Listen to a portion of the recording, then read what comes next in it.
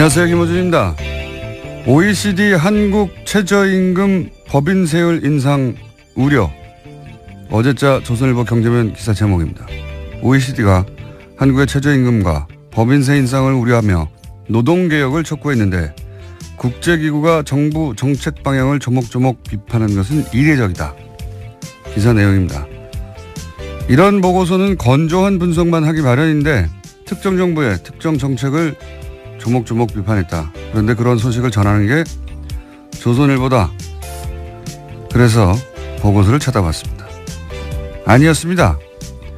OECD 경제 전망이라는 제목의 보고서 중 한국 파트 168페이지부터 188페이지까지 3페이지 중 최저임금 부분 요약은 이렇습니다. 한국 정부의 소득주도 성장 정책으로 가구의 소득 형상과 소비가 부양될 것으로 기대되고 반도체 등 주요 산업 이외 부분까지 확대되는 수출 회복세 그리고 정부 혁신으로 보다 빠른 성장이 전망된다. 하지만 생산성 혁신이 동반되지 않고 최저임금만 인상된다면 경쟁력을 약화시킬 수 있다. 노동개혁이라는 문장은 아예 없고 법인세 부분은 긍정적인 경제 전망과 그에 따른 리스크 부분을 설명하며 소기업의 경우 법인세 인상은 기업 투자를 약화시킬 수 있다. 한 문장 드라이하게 병렬하고 있을 뿐입니다. 이게 무슨 이례적인 조목조목 비판입니까? 아주 전형적인 보고서일 뿐만 아니라 다른 국가도 똑같은 포맷이고 게다가 한국 편은 전반적으로 긍정적인 전망입니다. 조선일보가 괜히 조선일보가 아닙니다. 김원준 생각이었습니다.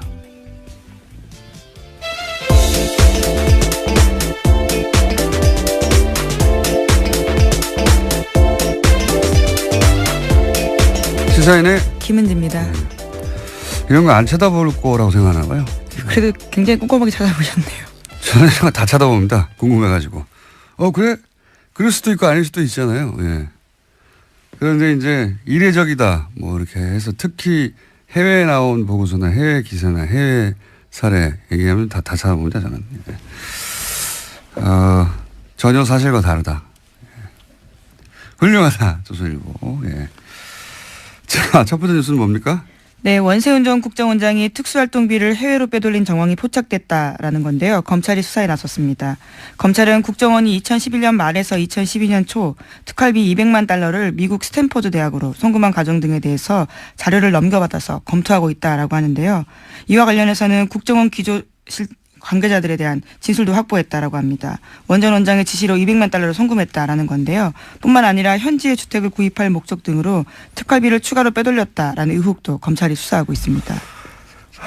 원세훈 전 국정원장 특수활동비 해외 유출 그리고 착복 의혹에 대해서는 사실 주준희 기자하고 제가 오래전부터 의혹이 있다고 제기해왔던 바 또 JTBC가 특종을 네, 어려부터 얘기하는데 영화로도 만들었어요. 사실 영화에 일부 들어있는데 제가 대략 알고 있는 사연이 이렇습니다. 원세훈 원장이 말하자면 은퇴를 대비해서 스탠퍼드 대학에 그 1년인가 연구원으로 있었던 적이 있거든요. 그때 아마 마음에 들었나 봐요. 2006년이었습니다. 예, 그게 마음에 들었나 봐요. 예, 날씨도 좋잖아요, 거기가. 그래서 거기에 돈을 내고 일종의 거점을 만들어서, 연구원 자격으로 이후 본인의 활동 거점으로 계속 삼으려고 했던 그런 구상이 있었나 봐요. 예. 그래서 그쪽으로 돈을 빼돌렸다. 예. 이거 하나 하고 어제 이제 JTBC 보도는 안 나왔는데 캐나다에 가족이 있습니다. 네. 가족이 있기도 있는데 그 캐나다 쪽으로도 이 빼돌린 의혹을 주장한 바 있습니다. 저희가 여기 있다고. 그리고 이렇게 돈을 빼돌리는 과정에 외교 행랑을 이용하기도 했다 하는 제보가 있었기 때문에 저수지 게임이라고 저희가 지나간 다음에 자꾸 언급하게 되는데 그 영화에서도 내용이 일부 나옵니다. 원세훈 원장이 그럴 때 수행하는 국제원 직원들은 두고 혼자서 캐나다를 넘어갔다 왔다. 네, 이런 얘기도 저희가 했었고요. 그리고 이제 그 빼돌린 특활비가 혼자 다 착복한 것이냐, 이명박 전 대통령에도 가지 않았을까 하는 그런 의혹. 네, 또 주진우 사실은. 기자가 자신의 책에도 그런 네. 내용을 썼던 걸 기억하는데요. 네, 따져봐야 하고요. 게다가 이제 캐나다에 계속 주목하는 이유는 대표적인 자원외교 의혹 중에 하나인 그 하베스트 인수. 그건 하나로 뭐 2조 이상 손해를 본 가장 대표적인 자원외교 실패 혹은 자원외교 의혹 사건인데 그 손해를 본 그 하베스트 회사가 캐나다에 있는 거고요. 예. 그때 그 거래 은행이 또 로얄 뱅크 오브 캐나다라는 곳인데 저 뉴스공장에서 몇 주째 다루고 있는 농협 210억 투자 사건 그 사기 사건의 거래 은행도 똑같은 로얄 뱅크 오브 캐나다예요. 예. 캐나다 쪽으로 이명박 전 대통령 시절 그런 돈이 사라지는 의혹이 많았고 의혹 사건이 많았고 은행도 같은 은행이고 원세훈 국장도 캐나다로 그 특활비를 빼돌린 의혹이 있다라고 저희가 주장해 왔습니다. 네. 지금은 이제 그 미국으로 왜냐하면 계좌가 나왔으니까요. 미국으로 건너간 특활비에 대한 의혹이 이제 제기돼서 아마 수사가 진행되고 있는 것 같은데. 네, 어제 압수수색했는데요. 강남 사무실과 원세훈 전 원장이 수감 중인 서울구치소 수용실에서 압수수색 진행됐습니다. 그래서 회계장부와 자료 그리고 개인 메모 등이 확보됐다라고 합니다. 박근혜 전 대통령 국정원 특활비는 뭐 미용 시술이다 또는 뭐 개인 주택 구입이다 이런 전형 의혹이 있고 수사 중인 상황이고 이명박 전 대통령 국정원 특활비로 추정되는 이 돈은 해외로 빼돌려진 의혹인데 이제 미국 얘기 나왔는데 앞으로 캐나다도 나올 수 있다. 그리고 그렇다면 규모는 이명박 전 대통령 쪽이 훨씬 더 클 수 있다. 네. 여기까지 해두죠. 예. 완전히 다른 이야기죠. 지금까지 나왔던 것과는. 예. 특활비를 어떻게 썼다가 아니라 해외로 빼돌렸다는 거 아닙니까? 아예. 네, 입금 자체는 사실이어서요. 이제 이것을 왜 했는지에 대해서 더 수사가 필요해 보입니다. 네. 국정원이 스탠포드 대학 특정 연구소로요. 네, 연구소에다가 돈을 20억이나 쏠 이유가 뭐가 있습니까? 예. 국정원이 그런 이제 물증 하나가 나온 것이고 이게 다가 아닐 것이다. 다가 아닌 것으로 저도 알고 있고 수사가 진행되면 더 나오겠죠. 예. 전혀 새로운 이야기입니다. 이제 예. 저랑 주진우 기자가 주장만 하던 것이 예. 그때는 사실 그럴 리가 없다고 아무도 귀 기울여 주지 않았어요. 자, 그런 게 또 하나 나왔고요. 자, 다음 뉴스는 뭡니까? 네, 국세청이 지난해 12월부터 올해 2월까지 다스에 대한 세무조사를 벌였다라는 오늘 아침 조선일보 보도입니다. 다스는 아시다시피 이명박 전 대통령의 실소유주 논란이 불거지고 있는 회사인데요. 이 세무조사는 지난해 12월 9일 박근혜 전 대통령의 탄핵소추안이 국회에서 가결되고 헌법재판소에 접수된 직후에 시작됐다라고 합니다. 당시 조사는 2012년에 이어서 4년 만에 이어졌다라고 하는데요. 다스의 법인세 납부가 줄어들어서 이를 들여다봤다라는 것이 국세청 이야기입니다. 하지만 별다른 조치 없이 조사는 끝냈다라고 하는데요. 3개월 정도 회계 자료를 들여다봤기 때문에 국세청에 관련된 자료가 아주 많다라는 겁니다. 굉장히 이상한 조사예요. 그죠? 굉장히. 그러니까 그 직후에 예, 국회에서 가결된 직후라고 12월 9일 직후죠. 예.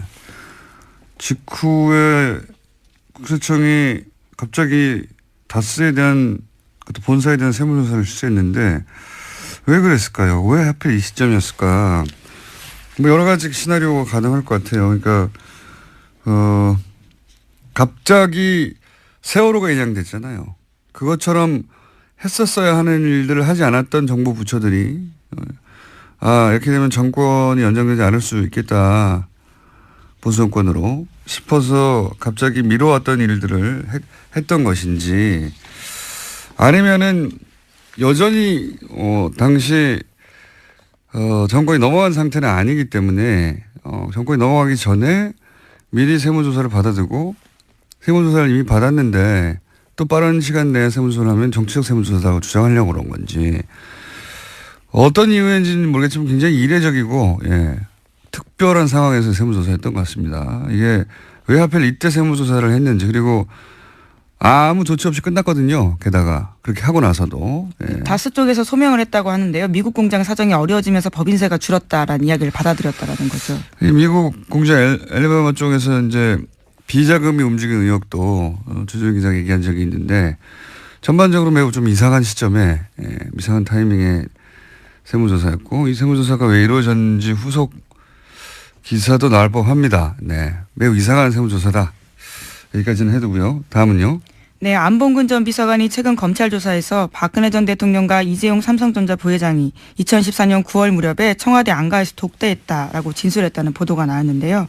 박근혜 전 대통령과 이재용 부회장의 독대는 지금까지 3차례로 알려졌습니다. 그런데 그게 아니라 4차례라는 건데요. 어제 열린 이재용 부회장의 항소심 재판에서 특검팀이 밝힌 바입니다. 그러면서 특검팀에서는 안 전 비서관을 증인으로 신청했습니다.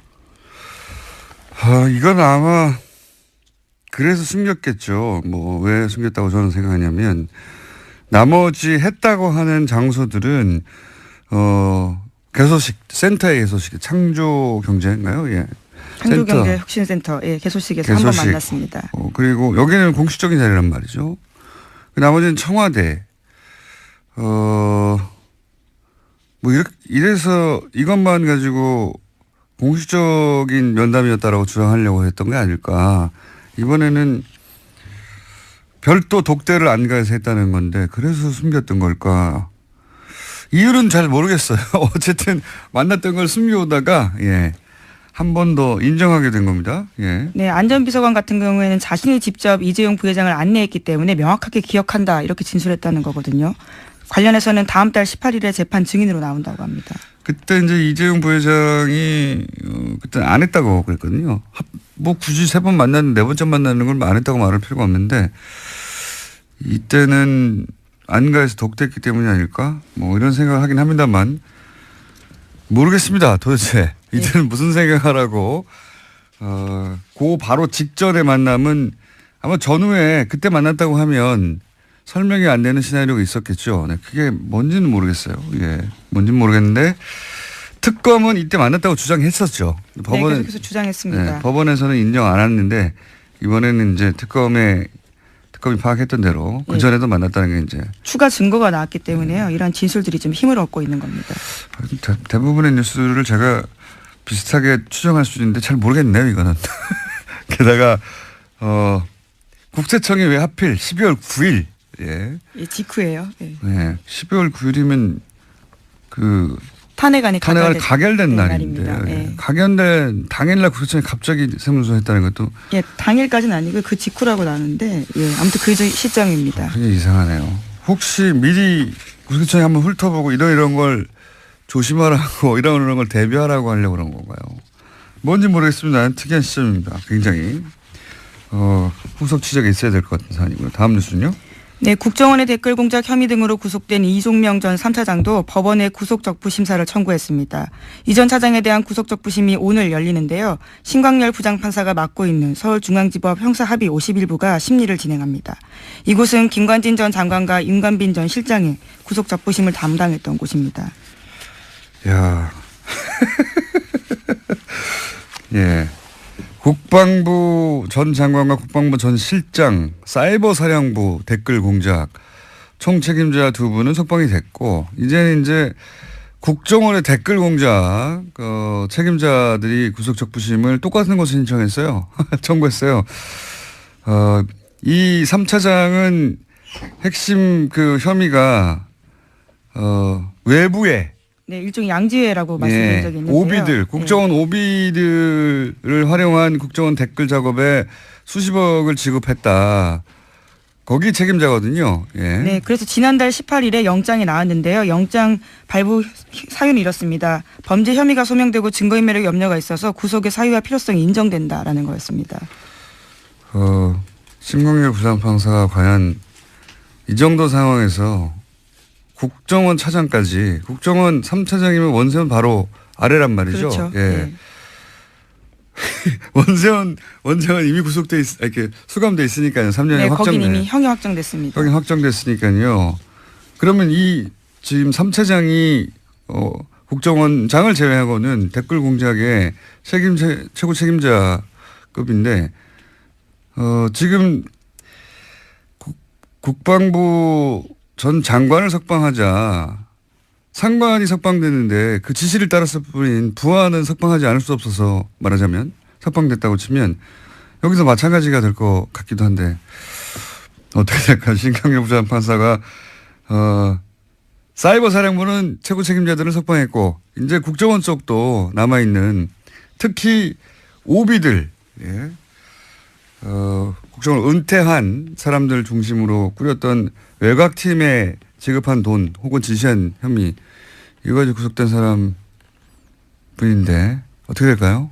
네, 이르면 오늘 안, 느리면 내일 결정이 됩니다. 예, 내일 또 이정열 부장판사하고 다시 한번 연결할 가능성이 있을 수 있겠네요.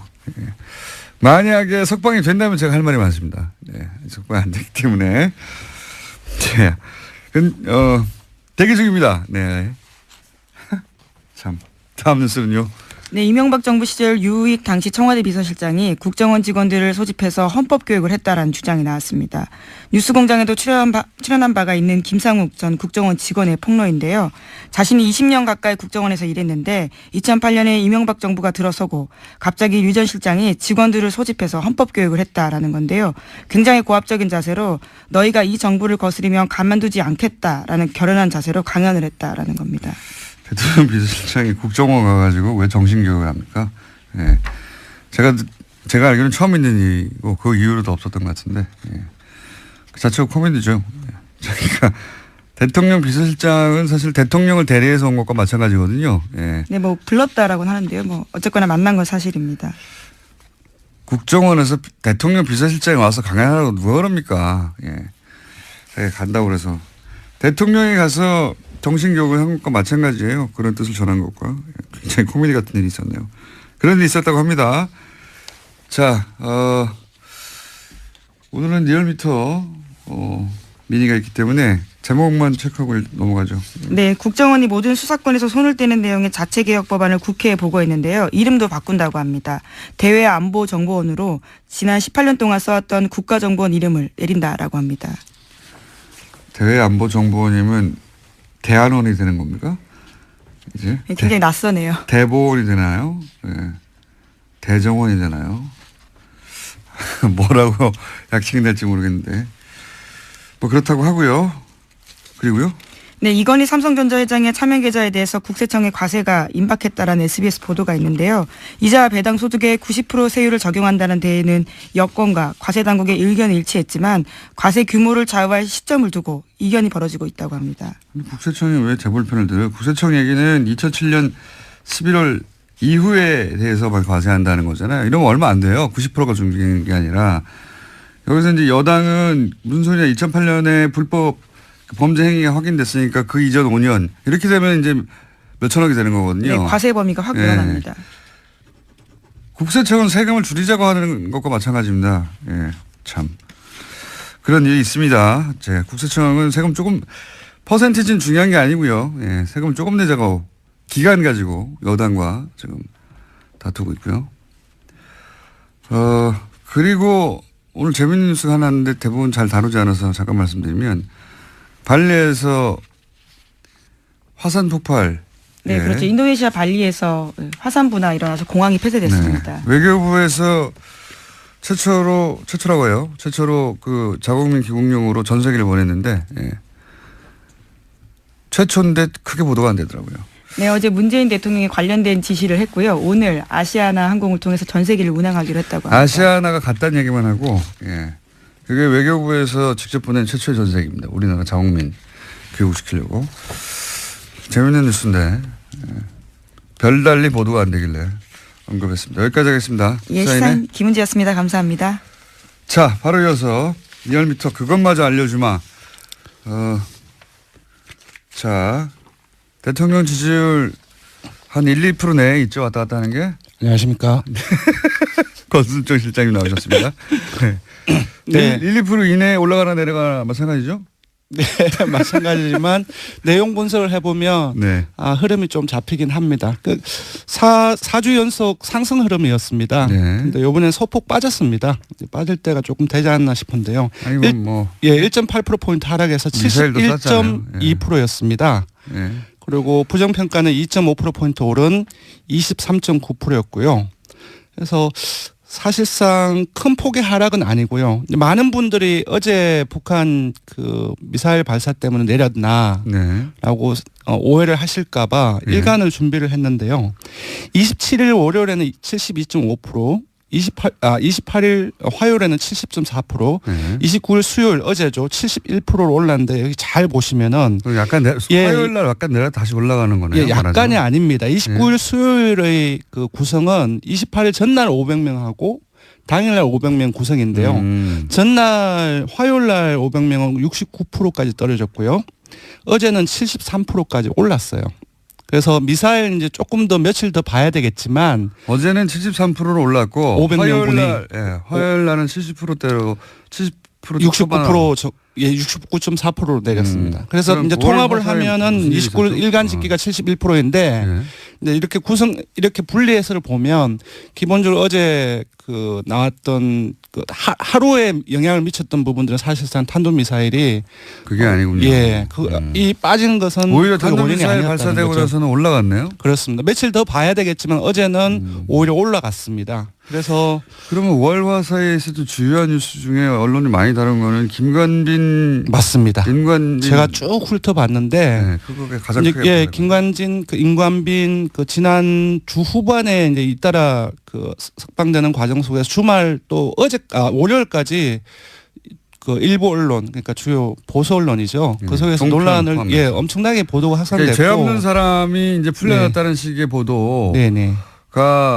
보수 매체와 정편을 통해서 굉장히 많이 보도가 됐는데 맞습니다. 거기 노출됐던 뭐 50대 이상이나 혹은 뭐 영남 지역 이쪽에서 맞습니다. 죄 없는 사람 예. 역시 죄 없는 사람이었구나. 네네. 판사가 죄가 없어서 풀어줬구나. 네네. 이렇게 받아들일 만한 뉴스들이 많았거든요. 예, 그 세부 분석을 해보니까 금방 말씀하시는 것처럼 동일하게 나타났습니다. 제가 잘 알아요 그런 거는. 예, 50대 이상 그리고 그 중에서도 60대 이상에서 무려 6.7% 정도가 빠졌고요.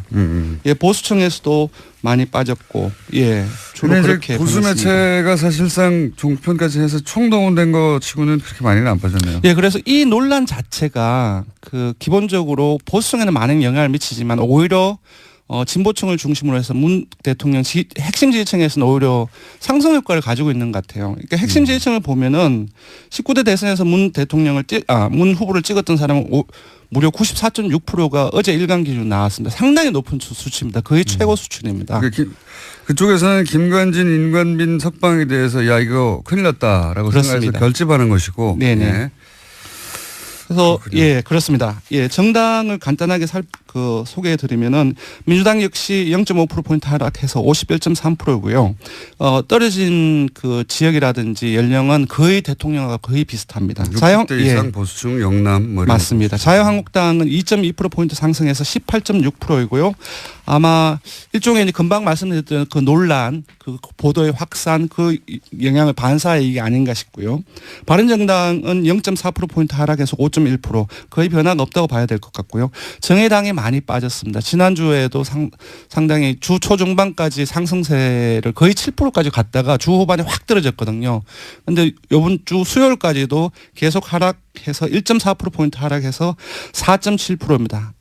다 아시겠지만 김종대 의원 논란이 가장 중요한 원인인 것 같고요. 저도 이제 프레임을 잘못 잡았다고 얘기 한번 했었는데. 네, 국민의당은 지난주에 이어서 행보를 했습니다. 0.2%포인트 상승을 해서 4.7%이고요. 여전히 이번에는 정의당과 함께 4주째 최하위에 머물고 있습니다.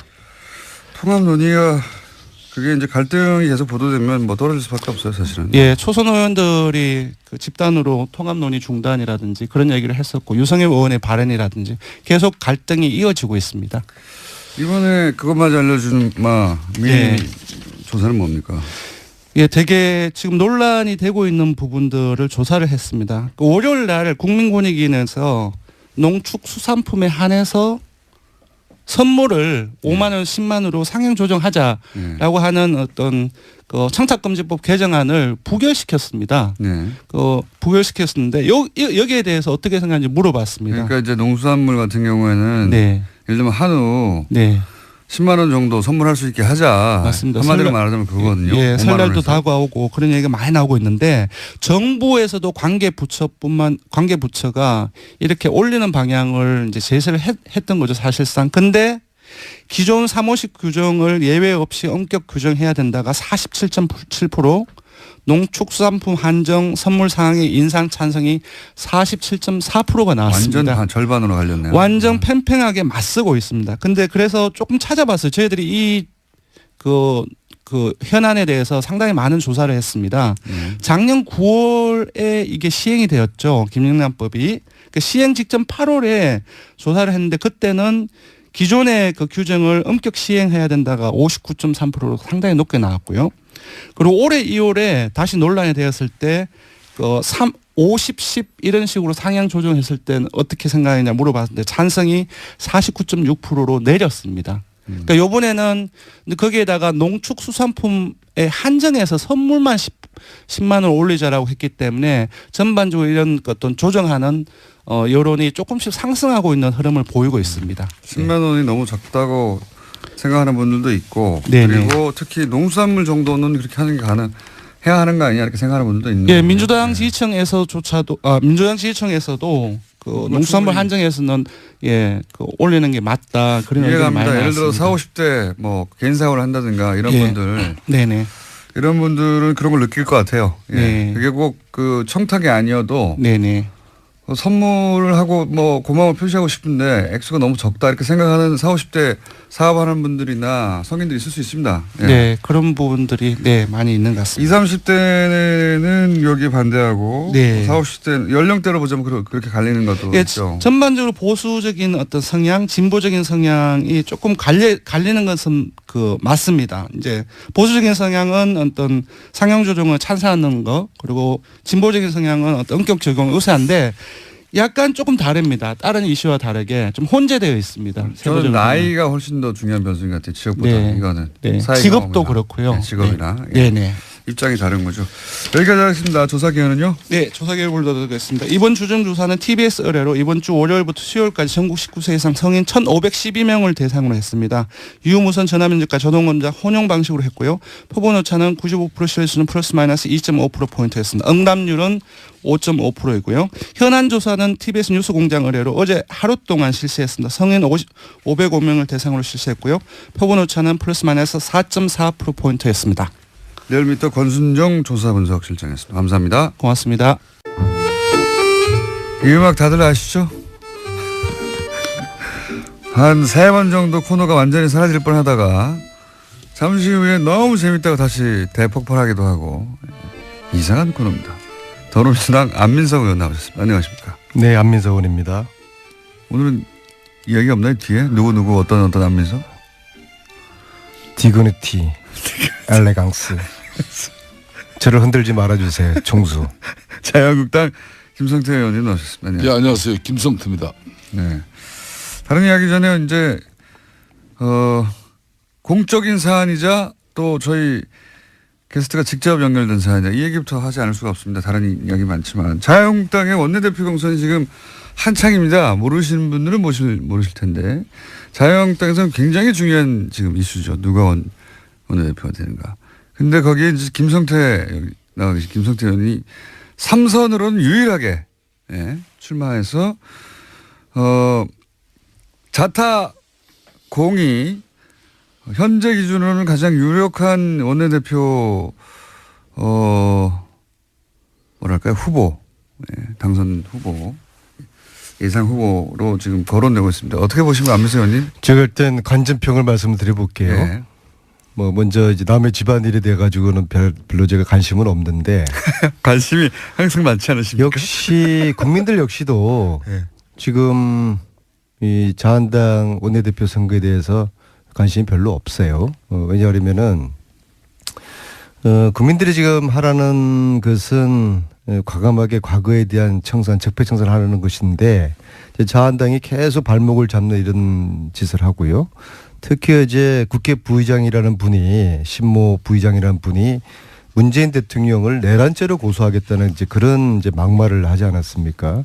사실은 제가 볼 때는 과거에 성군 같은 우리 조선의 그 군주들 세종이나 정조 같은 그런 정도 수준의 민심의 지지를 얻고 있는 대통령이 문재인 대통령이고요. 지금 200일 되었는데 지금까지 70%대의 지지율을 유지하고 있다는 것은 이 민심을 반영하는 것이고 이 민심이 문재인 대통령을 지지하는 것은 적폐청산에 대한 지지 그리고 과감한 독하게 청산해달라는 그거거든요. 그런데 이런 대통령을 향해서 내란죄로 고발하겠다고 하는 정도의 그리고 이런 국회 부의장의 발언에 대해 가지고 자유한국당에서는 오히려 속으로 은근히 잘했다고 또 표정 관리를 지금 하고 있어요. 이런 정당이 지금 원내대표를 뽑고 있는 것에 대해서 국민들이 관심을 둘 리가 없죠. 그러나 단지 김성태 의원님이 지금 출마를 하신다고 하니까 제가 그래도 살짝 관심은 가지겠는데 지금 현재 추세로는 당선 가능성이 상당히 높을 것 같고요. 정두원 의원도 어느 방송에서 그렇게 말씀을 하셨고요. 그런데 여기에 변수가 있는 게 아마 결선 투표라는 게 있는 모양이에요. 그러니까 결선 투표라는 거는 반 김성태, 그러니까 즉 친박 쪽의 성향의 내지는 중도 성향의 의원들이 다수가 때로 출전을 해서 1대1로 붙으면 안 될 것 같으니까. 그래서 굉장히 발언을 길게 하시고 계신데. 2등 하는 사람에게 결선 투표 때 몰아주겠다. 그러니까 그거거든요. 그게 변수입니다. 간단하게 요약하면은 1차는 김성태 의원이 1위를 할 가능성이 근데 대단히 가반수를 높고 못 얻죠. 근데 가반이 안 돼서 2차에서 나머지 분들이 이제 단일화를 할 때 2등을 원내대표 시키는 그때 어떻게 결론 날지는 것 같은데 어떻습니까, 김성태 의원님?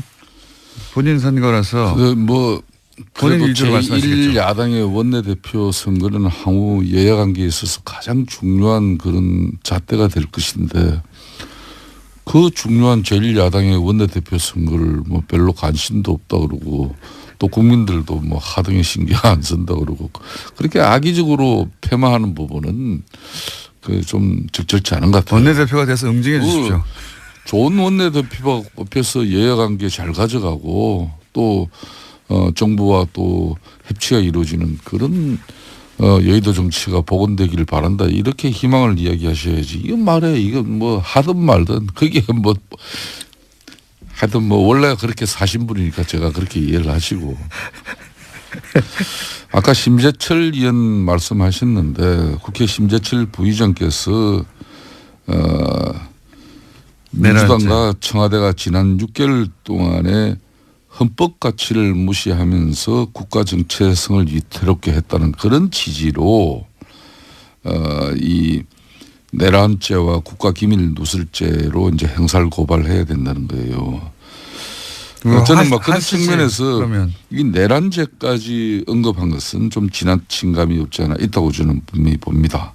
하지만 문재인 정권이 거의 모든 부처마다 법적 근거도 없는 위원회를 만들어서 적폐청산이라는 그런 미명하에 이 보수 정권 뭐 쉽게 말하면 뒷구멍 캐기에 매달리고 있는 이런 비정상적인 상황을 심재철 부의장이 그렇게 지적한 거예요. 뒷구멍이 있긴 있었나 봅니다. 아니 뭐 그러니까 이게 문재인 대통령이 원래 그런 대통령이 아닌데 맨날 과거 지사 그냥 지난 일 덜쳐보고 또 뭐 그것도 그걸로 가지고 이 적폐청산 TF가 검찰에 수사 의뢰하고 그럼 검찰은 수사하고 그렇게 지금 가는 정국이거든요. 이거는 좀 바람직하지 않고 또 제가 드리고 싶은 말씀은 원내대표 말씀하셨으니까 뭐 제 개인의 문제이기 때문에 짧게만 하겠습니다.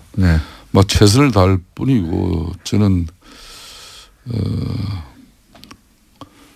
지금 이 보수는 절대절명의 저는 위기라고 봅니다. 그래서 홍준표 대표가 위기를 극복하는 처절한 심정으로 저의 진정성을 가지고 지금까지의 방식이 아닌 새로운 보수 정당으로서의 진면모를 위해서 바뀌자. 그래서 도와달라 그러고 하고 있습니다. 홍준표 대표가 왜 김성태 의원님을 이렇게 백업하죠? 뭐 백업이라기보다는 이제 영국의 보수당의 이런 절대적인 위기 상황에서 어떤 기회를 만들어가는가 거기에 아마 홍 대표가 상당히 많은 김성태 의원님하고 영국하고는 상관이 없습니다. 연구를 하신 것 같아요. 영국이 이제 가령 보수당이 이게 지주 귀족들 정당인데 이게 400년 역사를 이어오면서 많은 위기가 왔거든요. 그 위기 때마다 영국 보수당은 쉽게 말하면 사회개혁, 특히 이 노동조합 활동을 보장한다든지 이 노동자들의 사회적 지위 향상에 뭐 엄청난 계획적인 조치를. 그런데 영국의 보수 정당도 부패 정치를 옹호했나요? 예? 부패 정치를 했어요? 부패 정치 말이 됐죠, 거기도.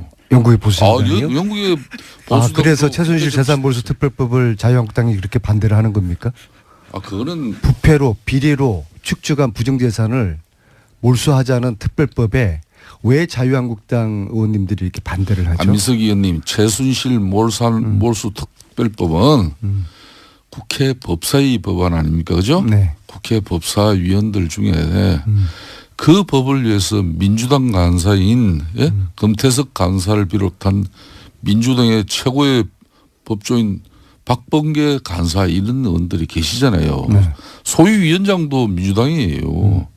그러니까 거기서 이 법안 처리가 왜 이렇게 안 되냐고 그렇게 따져야지 왜 맨날 그거 안 되는 걸 저희 당한테 문제를 제기해요. 자유한국당은 반대하지 않습니까? 뭐 나는 개인적으로 그거 잘 되길 바라는 사람인데. 김성태는 빼고 다른 분들은요? 그 안민석 의원께서는 제가 지난번에도 한번 지적했듯이 북토크 콘서트는 이제 대강하고 이 법안 통과를 위해서 이제 매진하시라.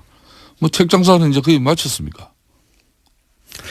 이 특별법이 제정이 안 되면요. 최순실 재산 몰수가 안 되는 거거든요. 그거는 그다음에 MB 재산 몰수까지도 연결되어 있는 것인데요. 근데 국민들은 이걸 이해할 수가 없어요. 왜 국민들이 원하는 해달라고 하는 최순실 재산 몰수 이것을 하기 위해서 특별법을 제정을 해야 되는데 왜 국회가 이것을 뒷전을 지고 있는지 지난주에 법사위원회에서 이 법을 다루는데요.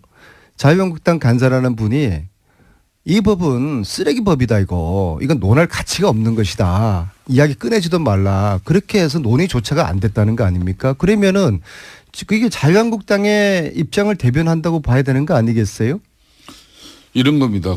왜 이걸 반대하는 법조인들 거죠? 위주로 최순실 재산 몰수하자는 거에 왜 반대를 하죠? 법사위에서는 이 법의 성안 성립 또 이 법안이 가결될 수 있는 요건을 갖췄냐 이렇게 했을 때 민주당의 법조인들도 거기에 서명 법안 발의에 동참하지 않은 부분이 있지 않습니까? 그렇기 때문에 저희들은 105명 동의했고요. 아니, 그러니까 105명 그렇게 16명이 동의가 안 된 사람이 우리 민주당 정당이기 때문에 100%가 다 안 해요. 16명이 주로 법조인들입니다. 자한당에서는 아무도 안 하셨잖아요. 그러니까 다른 정당도 그렇고요. 안민석 의원이 열과 성과 의지를 다해서 최순실이 사익을 편취한 그런 불법한 재산 축적이 있다면 그거 몰수하자는데 요 동의를 일전에 하는데. 하태경 의원 같은 분이 여기 나와서 이렇게 말씀하시더라고요. 최순실 재산 몰수는 찬성하는데 이 법이 위헌 소지가 있어서 동의할 수 없다고 하는데요. 요 사안은 여기까지만 하죠. 이거는 저희가 매주 20분씩 했어요. 한 5개월 됐습니다. 똑같은 얘기를 반복한 지가. 요 사안 앞으로도 계속 할 텐데 오늘은 여기까지만 하고요. 알겠습니다. 제가 예. 한 말씀을 드리겠습니다. 지난주에 이제 사법부 이제 이 김관진, 이런 임관빈, 영장 심사 결과 석방 이런 논란 가지고죠. 이 적폐놀이 3인방이 계시잖아요, 그죠? 적폐놀이 3인방은 안민석 의원님이 또 그 맨 앞이더만. 안민석. 저에게 그런 훈장을 달아줬습니까? 그렇지. 송영길, 박범계 의원 이렇게 이 세 분이 적폐놀이 3인방이에요. 그러니까 특히 우리 안민석 의원이 참 대단해요. 적폐 청산 홍위병이고요. 그 홍위병 역할을 제가 더 열심히 하라는 훈장으로 제가 여기겠습니다. 적폐놀이 3인방이에요. 그 홍위병들은 그런 발언 잘 안 하는데 적폐 판사들을 향해서 국민과 떼창으로 욕하고 싶다. 페이스북에 이렇게 글을 올렸어요. 이게 안민석 의원님 제가 누누이 이야기하시지만은 그것도 수도권 내리 4선의 집권당 중진 의원으로서는 이제 이런 용어 선택은 적절하지 않아요. 이거는 석방은 적절했습니다. 야당일 때는 국민들이 웬만큼 또 지지자들도 이해가 되는데 이런 거는 저희들한테 넘겨주세요. 그냥 저희들이. 아니 불의를 보고 이 법원이 법원이 성역 불가침 명령도 아니고요. 이 법원의 불의를 보고서 어떻게 이걸 참습니까? 김관진 석방이요. 두 가지 굉장히 심각한 메시지를 주는 겁니다. 첫째는 MB 구속이 거의 특미까지 왔는데 이게 지금 차질을 빚고 있고요. 두 번째는 김관진을 통해 가지고 최순실의 무기 거래 의혹 이것이 계속 제기돼 왔는데 여기에 대해서 수사를 지금 못하게 되었고요. 그리고 제가 3월 16일 날 뉴스공장 이 자리에서 뉴스공장 때문에 이런저런 뭐 제가 고초도 많이 겪고 그랬지만은 제가 삼성한테 완전 찍혔지 않습니까? 삼성 이재용의 재판을 주심 판사가 최순실 후견인의 사위다. 그 이야기를 제가 했잖아요. 그다음에 그날 오후에 법원에서 사위가 맞긴 맞는데 정수장학회 이사를 하지 않았다. 저는 정수장학회 이사한지도 몰랐는데 그렇게 생뚱맞은 논평을 법원에서 내고 다음 날 그 판사가 교체되지 않습니까? 이런 법원에 대해 가지고 의심하지 않을 수가 없죠. 물론 다 그런 거 아니죠. 대다수의 양심적인 판사들이 계신가 하면은 이런 기회주의적이고 정치 성향의 그런 판사들을 향해서 적폐 판사라고 제가 지칭을 했습니다. 안민석 그런데 말이죠. 예. 저는 이러면 안 됐는데 저보고 이름을 대서 개인의 신상까지 건드렸다고 하는데요. 저는 그냥 적폐 판사라는 것에 주목을 했지 이름을 제가 지칭한 적이 없는데 자, 제가 한 그런 말씀 좀 이름을 검색하면 다 나오니까요. 아 그렇습니까? 안민석 의원님 민주주의의 근간은 상권이 분립된 거예요. 아니, 법원이 성역 그런데 불가침 명령은 아니지 않습니까? 그런데 권력을 장악한 법원이 잘못하면 세력이 지적을 해야죠. 어떻게 집권당은 권력을 장악한 이 세력이 이렇게 사법부를 흔들어대면은 민주주의는 위험에 처할 수밖에 없어요. 근데 이제 석방 근데 자체는 안민석 문제가 의원께서 없습니까? 또 보시면은 또 자신이 생각하는 대로 좀 유리한 판단을 이렇게 내리는 또 법원에 대해서는 아주 입이 닳도록 칭송하시고 본인한테 본인이 또 생각하지 않는 그런 부분에 또 이런 판단이 나오면은 그냥 아까 말씀드린 대로 적폐 판사로 규정하고 국민하고 떼창으로 욕한다 그러고. 아니 그럼 이재용 판사를 저 최순실 그러니까 후견인의 사유로 정한 게 그게 잘한 겁니까? 그런 거는 그건 오래된 지적은- 이야기고. 그런 거는 좋은데. 김관진 석방 잘한 겁니까? 이걸 한번 여쭤보세요. 김관진 검찰의 석방 잘한 제가 겁니까? 말씀을 드리겠습니다. 검찰의 이 무리한 수사도 문제지만은 명식이 집권 여당이 이런 반법치기를 갖다 우리 사회에 이렇게 행성하려고 하는 그 시도는 한마디로 상권 분립 나아가서는 이게 대한민국의 존립을 이틀게 하는 상권 분립 지켜야 되죠. 언제까지 지켜야 존중해야 되는데 이제 석방이 이 잘 됐는지. 법원의 부당한 그거 한 가지만 판결에 대해서 여쭤봐 신고해야 주십시오. 됩니까? 석방이 김관진 잘 석방 잘 된 됐는지. 겁니까? 아니 김관진 석방 잘한 거예요? 구속 정부심의 이런 유무심 판단과 별개로 불구속 재판의 필요성에 대한 판단과 결정을 내린다는 걸 잘 알고 있잖아요. 아니 구속시킬 네? 때는 도주 우려 있다고 구속시키고 풀어줄 때는 그리고 도주 우려 나 없다고 그리고 한번 물어봅시다. 풀어주는 이런 법원의 판결이 이게 아까 정당한 거예요? 말씀하신 그 신강렬 판사가 정유라 이대 입학의 특혜 제공 의혹을 받고 있는 김경숙 학장 또 옥시 보고서 조작 의혹이 있는 옥시 아시죠? 옥시 이 보고서 조작 의혹이 있는 서울대 교수에 대한 구속 적부심을 기각했는데 왜 이런 사실은 외면합니까? 그럼 제가 이런 그분의 거는 마음에 들죠? 제가 그분의 어린 시절 이야기까지 제가 평가해야 됩니까? 저는 단지 김관진 석방에 대해서 지적을 한 것이죠. 저는 그게 신모 판사인지는 모르겠지만요. 그분 이름이 신광렬입니까? 저는 이름은 모르겠어요. 단지 그분의 판결 행위에 대해서 이건 대단히 잘못됐다. 왜 김관진을 저렇게 풀어주느냐. 김관진을 풀어준다는 거는 MB 구속을 안 시킨다는 그런 메시지로 들리는 거거든요. 그걸 제가 지적한 거예요. 민주당 집권 체제는 사법부의 이제 판결 판단까지도 이제 시시비비를 이제 가리면서 항상 상권 분립은 입장을 존중하나 잘못된 판결에 대해 가지고는 비판할 수가 있죠. 악법도 법이라는 말 알고 계시지 않습니까? 예?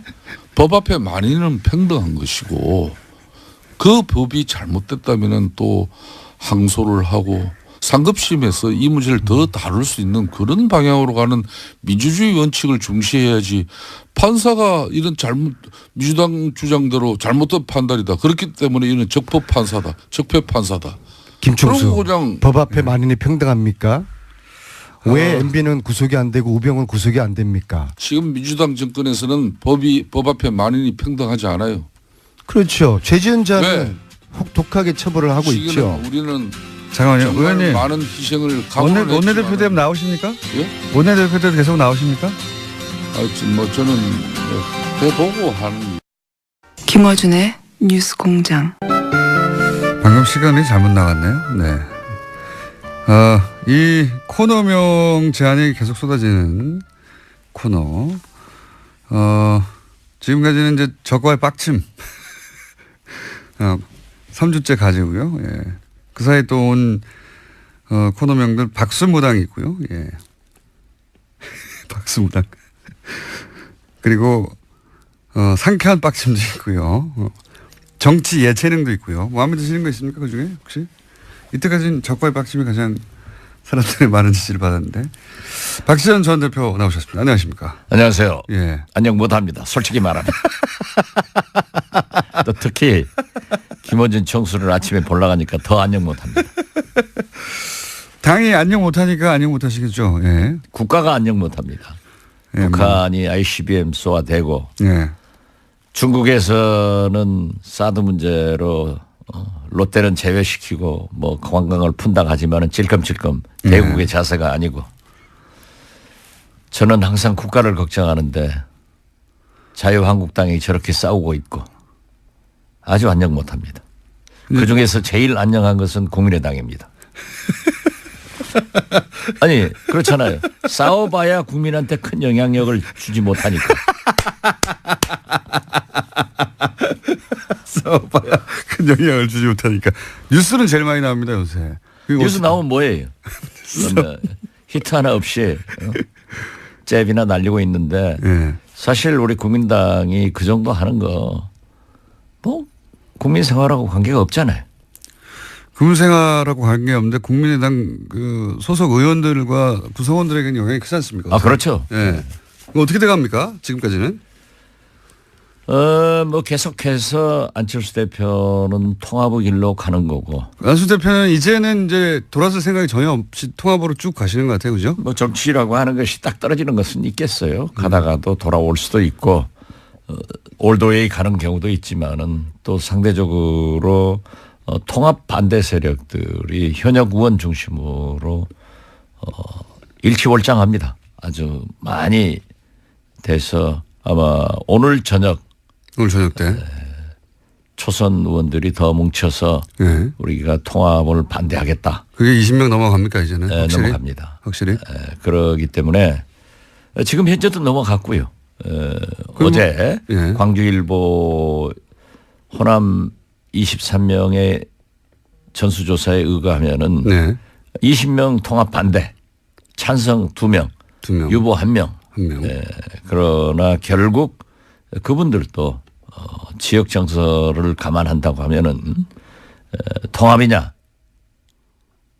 아니냐 하고 최종적 결정 순간에는 통합 반대로 돌아설 겁니다. 근데 지금 만약에 안철수 대표는 사실은 본인의 이제 정치인으로서의 명운을 여기다 건 것 같은데 여기서 돌아왔으면 바보 되니까 돌아서기도 힘든 것 같아요. 근데 통합을 하는 방법론으로는 뭐가 있습니까? 그냥 지도부가 선언하는 겁니까? 아니면 의총에서 결정하는 겁니까? 아니면 뭐 전당원 투표를 하나요? 어떻게 합니까 보통? 전당대회에서 하게 돼 있는데요. 원래는 예.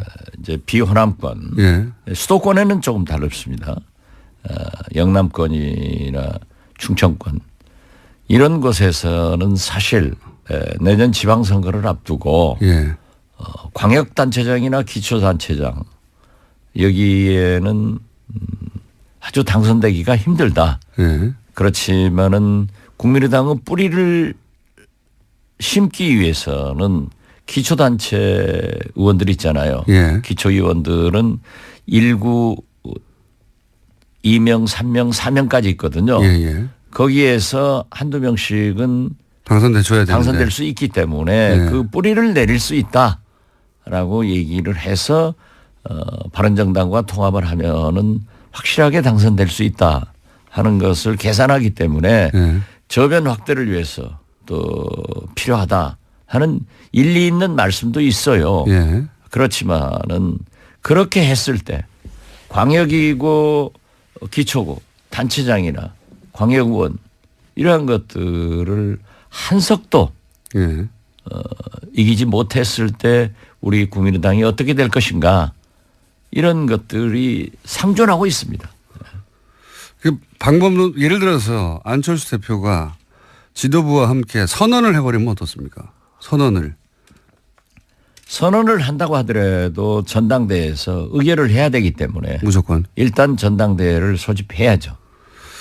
전당대회에서 지금 말씀하신 대로 그 호남계 의원분들과 호남에 계신 분들의 정서는 다를지 몰라도 다른 원외 지역구위원장이나 다른 분들은 말씀하신 대로 통합하는 게 더 유리하다고 생각하는 분도 있을 수 있어서 전당대회에서 통과될 수도 있지 않습니까?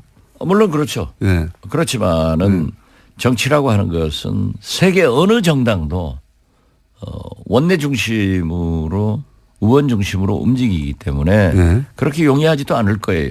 또 물론 지역구의 대의원 뭐 대표당원 이런 것들을 배분하지만은 절대 다수가 당원들은 호남이기 때문에 그것도 그렇게 용이하지 않아요. 또 거기까지 가면은 거기까지 가면 사실상 분당 사태인데요. 엄청난 부담을 느껴야 된단 말이에요. 만약에 불상사가 났을 때 그 당이 견디겠어요?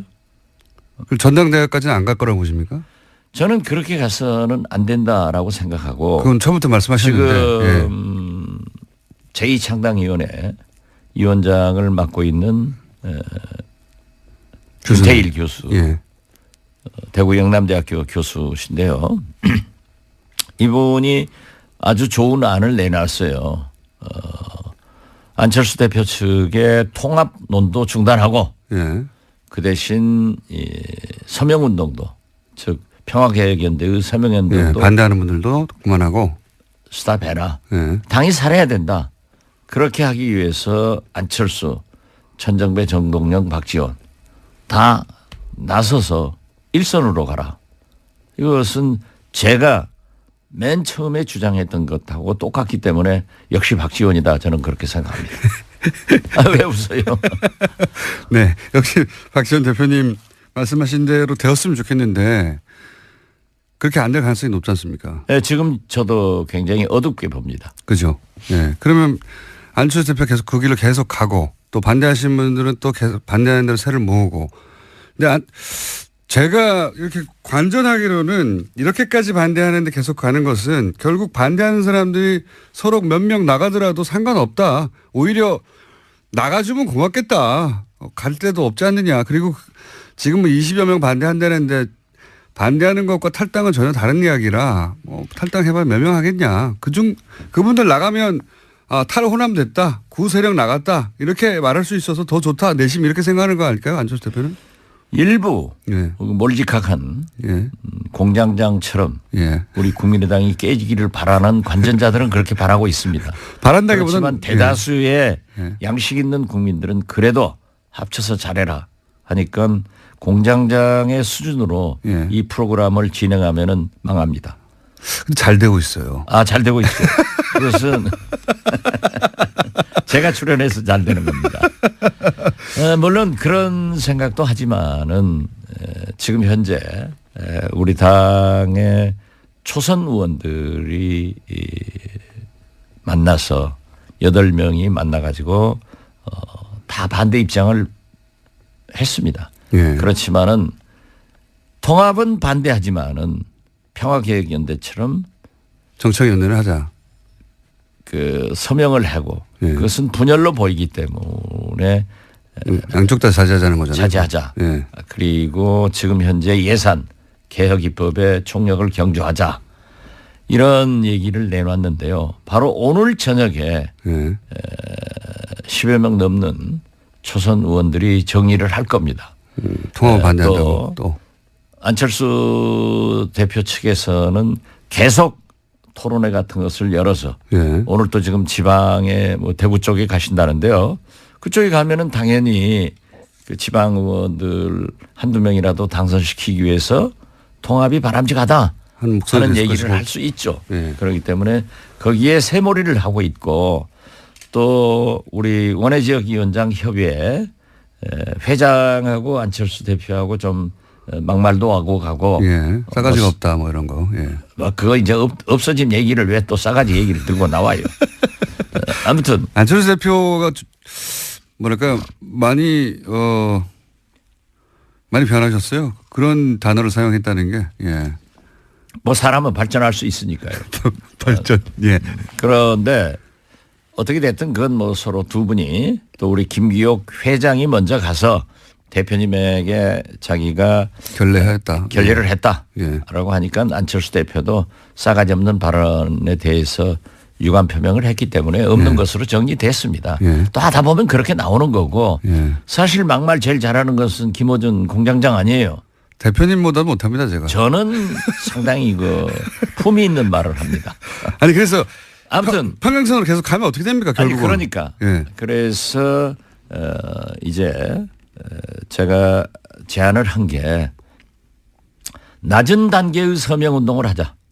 어떤 평화개혁연대의 서명이 아니라 예.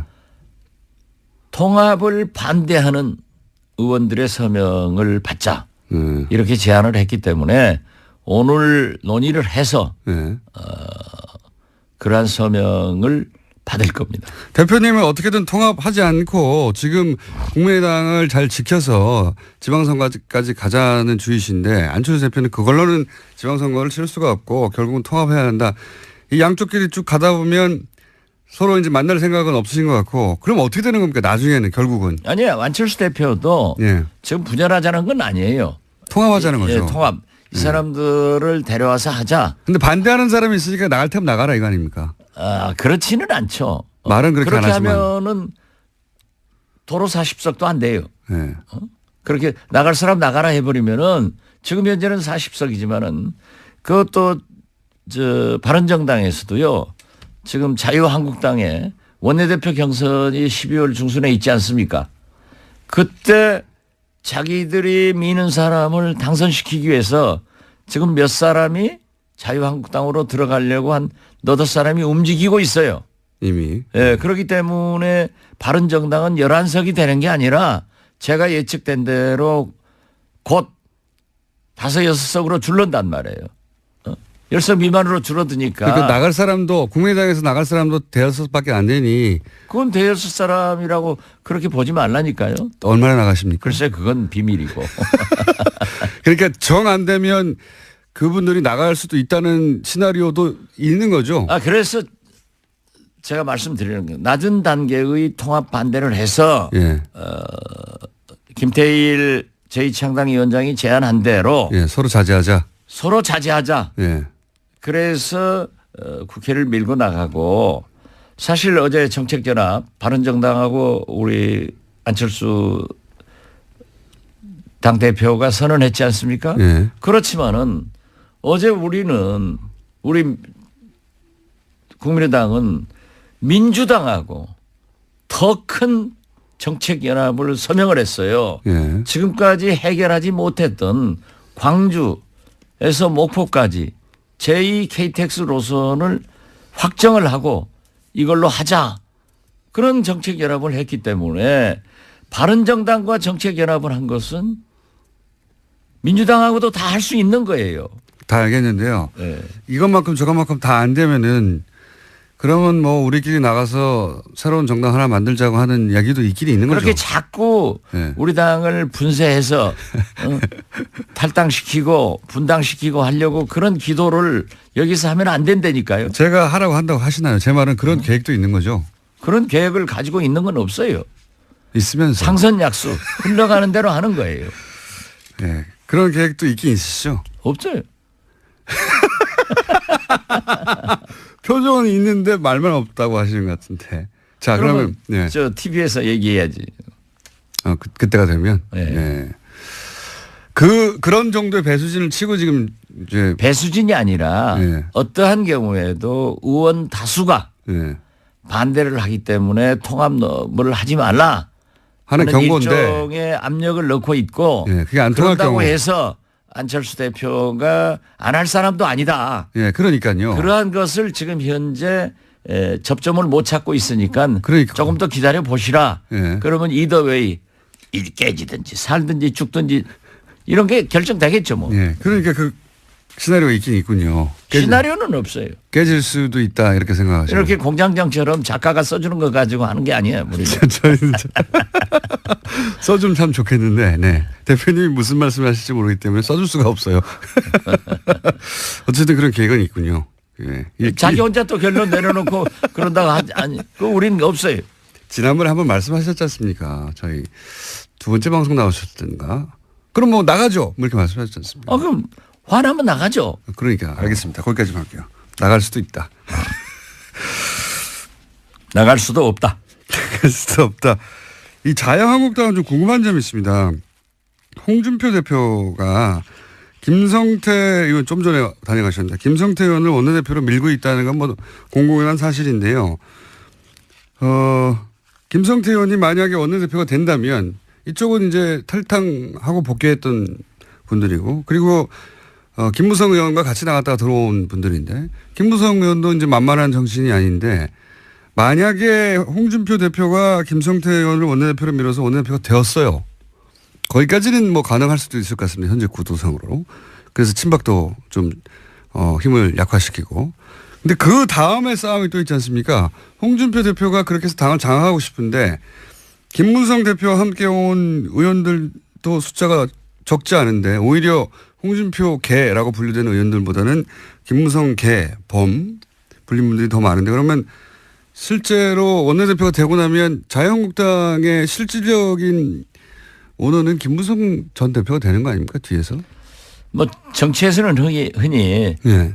적의 적은 동지이다. 예. 그래서 일단 이제 합친 거죠. 예. 그렇기 때문에 홍준표 대표건 김무성 대표건 김성태 의원이건 일단 지금은 자기들이 이 친박계를 몰아내려고 예. 또 합친 거죠, 힘을. 몰아내지는 않을 망정 좀 약화시켜서 순한 양으로 만들어 가지고 데리고 다니려고 하겠죠. 그렇지만은 또 친박은 친박대로 자기들이 살아야 되기 때문에 또 이렇게 서청원, 최경환 이런 식으로 계속 밀려가고 또 지금 그 사람들이 정권을 잡았던 사람들이라 권력의 핵심에 있던 사람들이라 검찰에서 기념사진 찍을 사람들이 그쪽에 많잖아요. 그 문제도 많고. 그렇기 때문에 보호 본능이 발동해서 뭉치겠죠. 우리가 홍준표한테 주거나 검찰에 가서 주거나 청명에 주거나 한식에 주거나 이 죽기는 마찬가지다. 그러면 우리가 뭉쳐서 원내대표를 장악해 가지고 야당으로서의 자리매김을 하면은 권력에서도 우리를 어느 정도 보호하고 못할 거고 당내에서도 한다. 이런 것이 있겠죠. 저는 이것이 이 바른 자유한국당의 잘못이라고 생각해요.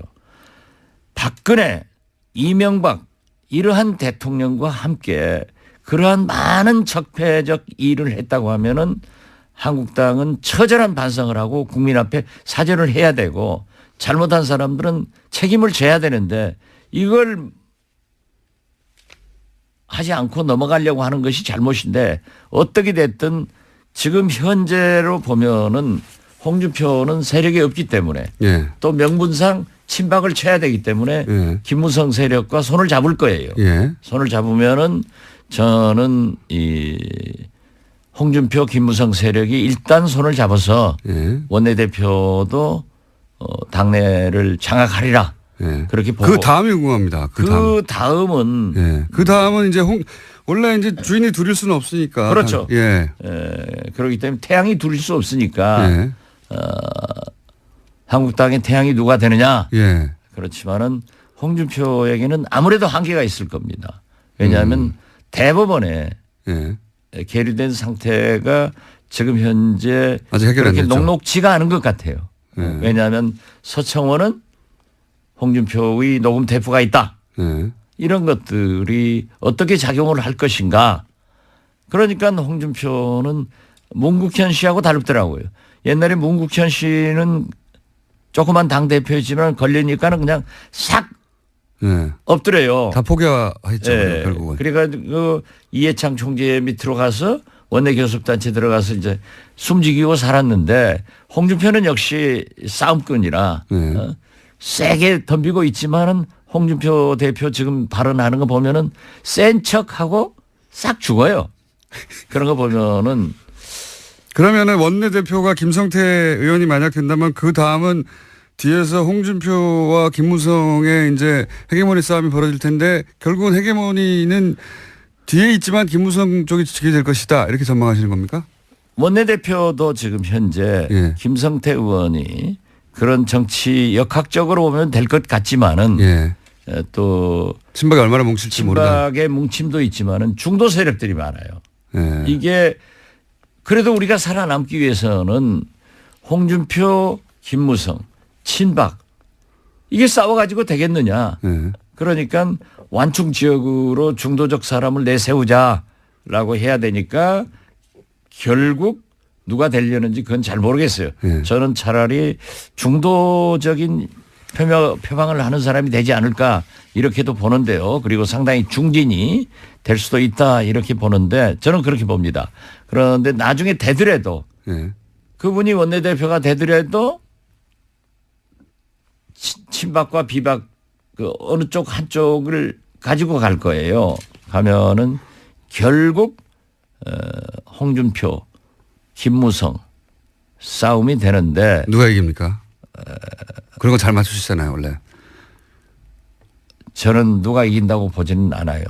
이번만은. 왜냐하면 김무성이 여러 가지 생각을 할 겁니다. 또 노련한 분이기 때문에 내가 지금 나와서 나오지는 않겠지만. 아니 글쎄 예. 내가 지금 전면에 나서서 지배를 한다고 해서 지금 실력이 있느냐. 예. 내년 지방선거밖에 없단 말이에요. 예. 지방선거에 대해서는 누구도 지금 자신하지 못하고 있는 거예요. 그렇죠. 그러면 지방선거를 패배하면은 책임져야 책임을 져야 된다는 거예요. 예. 우리 안철수 대표가 난 그것을 염려하는 거예요. 지방선거 패배는 불을 보듯 화난데 그 책임을 또 안 지고 또 갈 것이냐. 이건 아니거든요. 그렇기 때문에 김무성 대표는 그걸 생각할 겁니다. 그래서 지방선거 후에. 후에 진짜 선거인 총선 이때 전면에 나서서 공천권을 행사하고 재정비를 해가지고 당을 장악하려고 할 것이다. 대통령 선거에 한번 붙을 것이다. 또 한 번 나올 것이다. 김무성 대표가 저는 대통령 후보에 나온다고는 보지 않습니다. 하지만 본인이 위는 누군가를 그렇죠. 내세울 그렇게 것이다. 해서 총선을 이끌고 예. 대통령 후보를 뭐 본인이 할 수도 있으니까 본인 혹은 혹은 자기가 밀어서 보수 정권으로 다시. 김무성은 아직 꼴통 보수 아니에요. 그렇기 때문에 어떤 경우에도 이 진보 개혁, 예. 문재인 세력, 이 좌파다. 예. 여기에들은 절대 줄 수 없으니까 보수 대통합을 해서 보수 후보를 내놓을 것이다. 예. 저는 그래서 김무성은 내년 지방선거나 작은 싸움을 하지 않을 겁니다. 그런데 결국은 그러면 홍준표 대표가 지방선거까지는 치르고 그 다음부터는 김무성 대표가 당을 장악하려고 노력할 것이고 이렇게 보시는군요. 예. 그렇게 될지는 모르겠지만. 저는 그렇게 보고 있습니다. 예. 그게 될지는 모르겠지만 하여튼 그런 노력을 할 것이다. 네. 그럼 홍준표 대표는 어떻게 됩니까? 본인은 다음 대선에 또 나오실 것 같은데. 정치인이 나오고 싶은 거야 별거 다. 저도 뭐 별거 다 나오고 싶어요. 제가 말씀드린 건 홍준표 대표가 그때까지 영향력을 유지하며 유력한 정치인을 계속 있겠느냐 이런 얘기죠. 대법원의 판결이 중요하겠죠. 그, 또 서청원 대표가 얘기한 새로운 사실이 발각되느냐. 그 녹취록은 국민의당 있지 않습니까? 언제 우리 씁니까? 당이 없어요. 몰라요 나는. 몰라요. 네. 그 녹취록 우리 김문당에 그렇게 우리 공장장처럼 수준이 좀 낮은 사람들만 있어서 없어요. 갑자기. 예. 그 내용도 다 아시는 걸로 저는 알고 있습니다. 자, 언젠가 말씀하시겠죠. 예. 오늘 여기까지 할까요? 네. 꼭 하셔야 했었는데 못 하신 말씀 있습니까 혹시? 뭐 국정원 개혁 같은 거, 예. ICBM 표정이십니다. 이런 게 있어서 예. 국민들이 좀 불안하게 하고 또 검찰에서도 우병우 또 내놨더라고요. 예. 이런 걸 보면은 좀 우리 정치권에서 적폐청산하는데 본격적으로 좀 잘 도와줘서 빨리 끝냈으면 좋겠다 하는 네. 생각 같습니다. 국민의당이 도와주셔야죠. 예. 많이 돕고 있습니다. 오늘 여기까지 하겠습니다. 뭔가 하실 말씀이 있는데 안 하시고 꿀꺽 삼키고 오늘 가시고 다음 주는 말씀하시겠죠. 지금까지 박지원 전 대표였습니다. 감사합니다. 예, 감사합니다. 불친절한 뉴스. 아침에 브리핑 때 발리에서 화산 나서 의료부가 사상 최초로 전 세계를 직접 보냈다라는 뉴스를 제가 잠깐 언론에서 크게 다루지 않길래, 왜냐하면 이럴 때 이제 뭐 다른 나라에서 그런 전 세계 보냈다는 뉴스 난 부러워했었거든요. 예. 의료부에서 처음으로 보냈는데 이 뉴스가 별로 저는 중요한 뉴스 같은데 취급하지 않길래 말씀드렸더니 문자가 나왔어요. 놀러 간 사람들인데 나라에서 비행기 보내주면 그 비행기 싹은 그 놀러 온 사람들 내야 되는 거 아닙니까? 이렇게 문자를 보내셨는데 그렇지 않습니다. 자연재해, 불가항력이잖아요. 자연재해로 해외에서 공경에 처한 자국민을 안전하게 귀국시키는 건 국가의 의무예요. 예. 그때까지 안 했던 거죠, 그거를. 그분들이 정말 놀다가 뭔가 사고가 났으면 모르겠는데요. 이분들은 자신들의 잘못이 아닌 화산 폭발로 인해서 귀국을 제대로 못하고 있는 상황이었고, 화산은 언제든지 폭발할 수 있는 상황이기 때문에 빨리 귀국해야 하는데 비행기 편이 없으니까 당연히 나라에서 전 세계 표를 보내서 귀국시켜야 하는 거죠. 그걸 의료부가 최초로 직접 했다는 게 그게 이상한 거죠. 예. 하는 건 정상입니다. 그러니까 그분들이 와서 그 비행기 싹을 내면 안 되는 거죠. 자, 문자를 많이 보내주셨는데 내부자들 민원 폭발. 예. 뭔가 마음에 안 들 때 이렇게 폭발합니다. 문자가. 당장 없애라. 이번 주는 당장 없애라 문자 많이 왔고요. 그리고 방금 제보가 왔는데 지하철 9호선 파업으로 그리고 차량 고장까지 있어가지고 열차가 늦어지고 있다. 여의도 방면은 정말 많은 사람들이 기다리고 있다. 이런 제보가 갑자기 많이 왔습니다. 그러고 보니까 제가 교통방송이어서 지하 교통방송을 안내하고 있지는 않지만 문자가 많이 와서 안내해드립니다. 그 외에 심재철 부의장 국회 본회의에서 야당 보낸 게 내란죄입니다. 재미있는 문자 있었습니다. 여기까지 하겠습니다.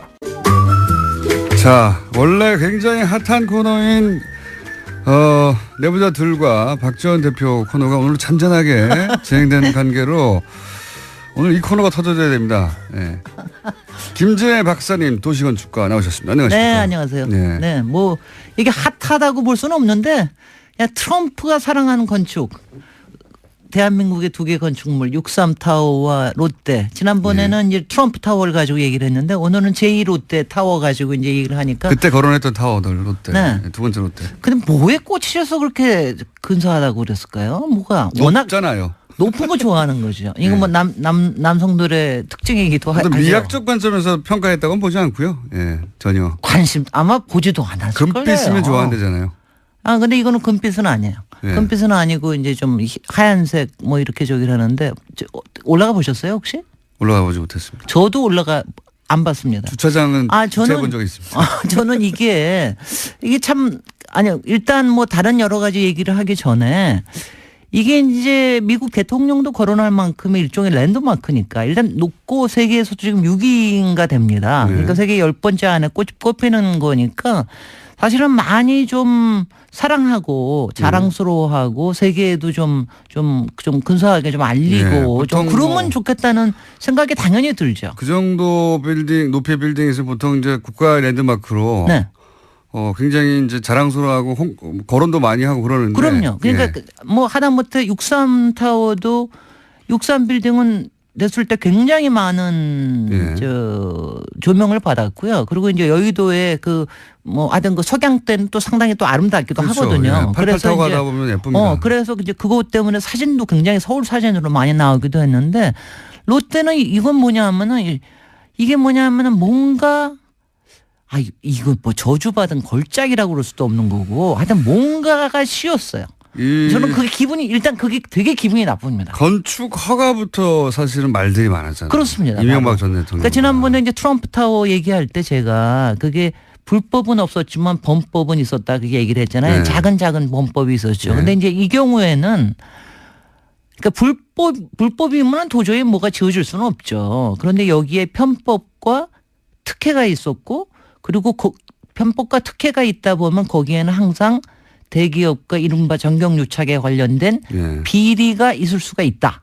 이것 때문에 지금 난리가 나고 있는 겁니다. 그런 의혹은 굉장히 많았죠. 그러니까 당시에도 있었고요. 예. 지금은 이제 더 심각하게. 지금 일단 이제 현재 상태를 보면. 그러니까 일단 간단 요약하면 공군이 안 된다고 하는. 그러니까 성남공항에 예. 활주로를 3도를 틀어가면서 그러니까요. 이거를 이제 허가를 내준 거죠. 그러니까 국가 안보, 국방과 관련된 사안인데 네.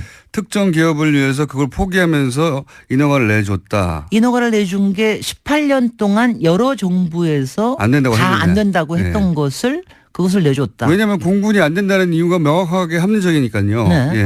그리고 이제 그래서 그때 공군 장군 한 분은 결국은 스스로 나가셨죠. 아마 예, 잘렸나요? 잘렸을 겁니다. 아마 뭐 이럴 정도로. 그래서 이제 그것 때문에 무척 말이 많았기 때문에 그러고 나서 이제 사실 그 다음에 말이 많아진 거는 개장할 때. 예. 개장할 때 여러 가지 균열 문제, 싱크홀 집안 문제, 예. 뭐 여러 가지 등등의 문제들이 많이 이것저것 터졌습니다. 그래서 이제 그것 때문에 과연 이것이 안전하냐 네. 이것에 대한 게 있는데 지금 현재 문제가 된 거는 지금 여러 가지 적폐청산의 과정 중에서 예. 특히 이제 박범계 의원께서 굉장히 강하게 이제 주장을 하시죠. 이건 명백하다라고. 롯데하고, 예. 네, 롯데하고 이명박 정부하고의 분명히 비리가 있다. 그러니까 이거를 있다. 이제 검찰에서 조사를 해야 된다. 그래서 검찰에서 조사를 한다고까지는 했습니다. 아직은 그거에 대한 거가 더 나오지는 않았는데요.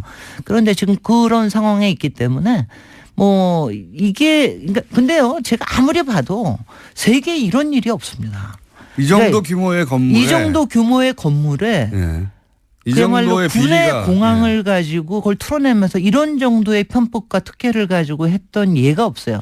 왜냐하면 아시다시피 100층 이상 건물쯤 되면 일단은 국가적으로 다 관심사, 국민적 관심이 국가적 관심입니다. 예. 그러니까 여기에 관련돼 가지고는 굉장히 다 축복을 해주려고 좀 노력을 하는 엠파이어 편이에요. 스테이트 빌딩 보세요. 아직도 자랑으로 삼고 있잖아요. 100년 전에 지었는데 예. 정말 그거 아세요?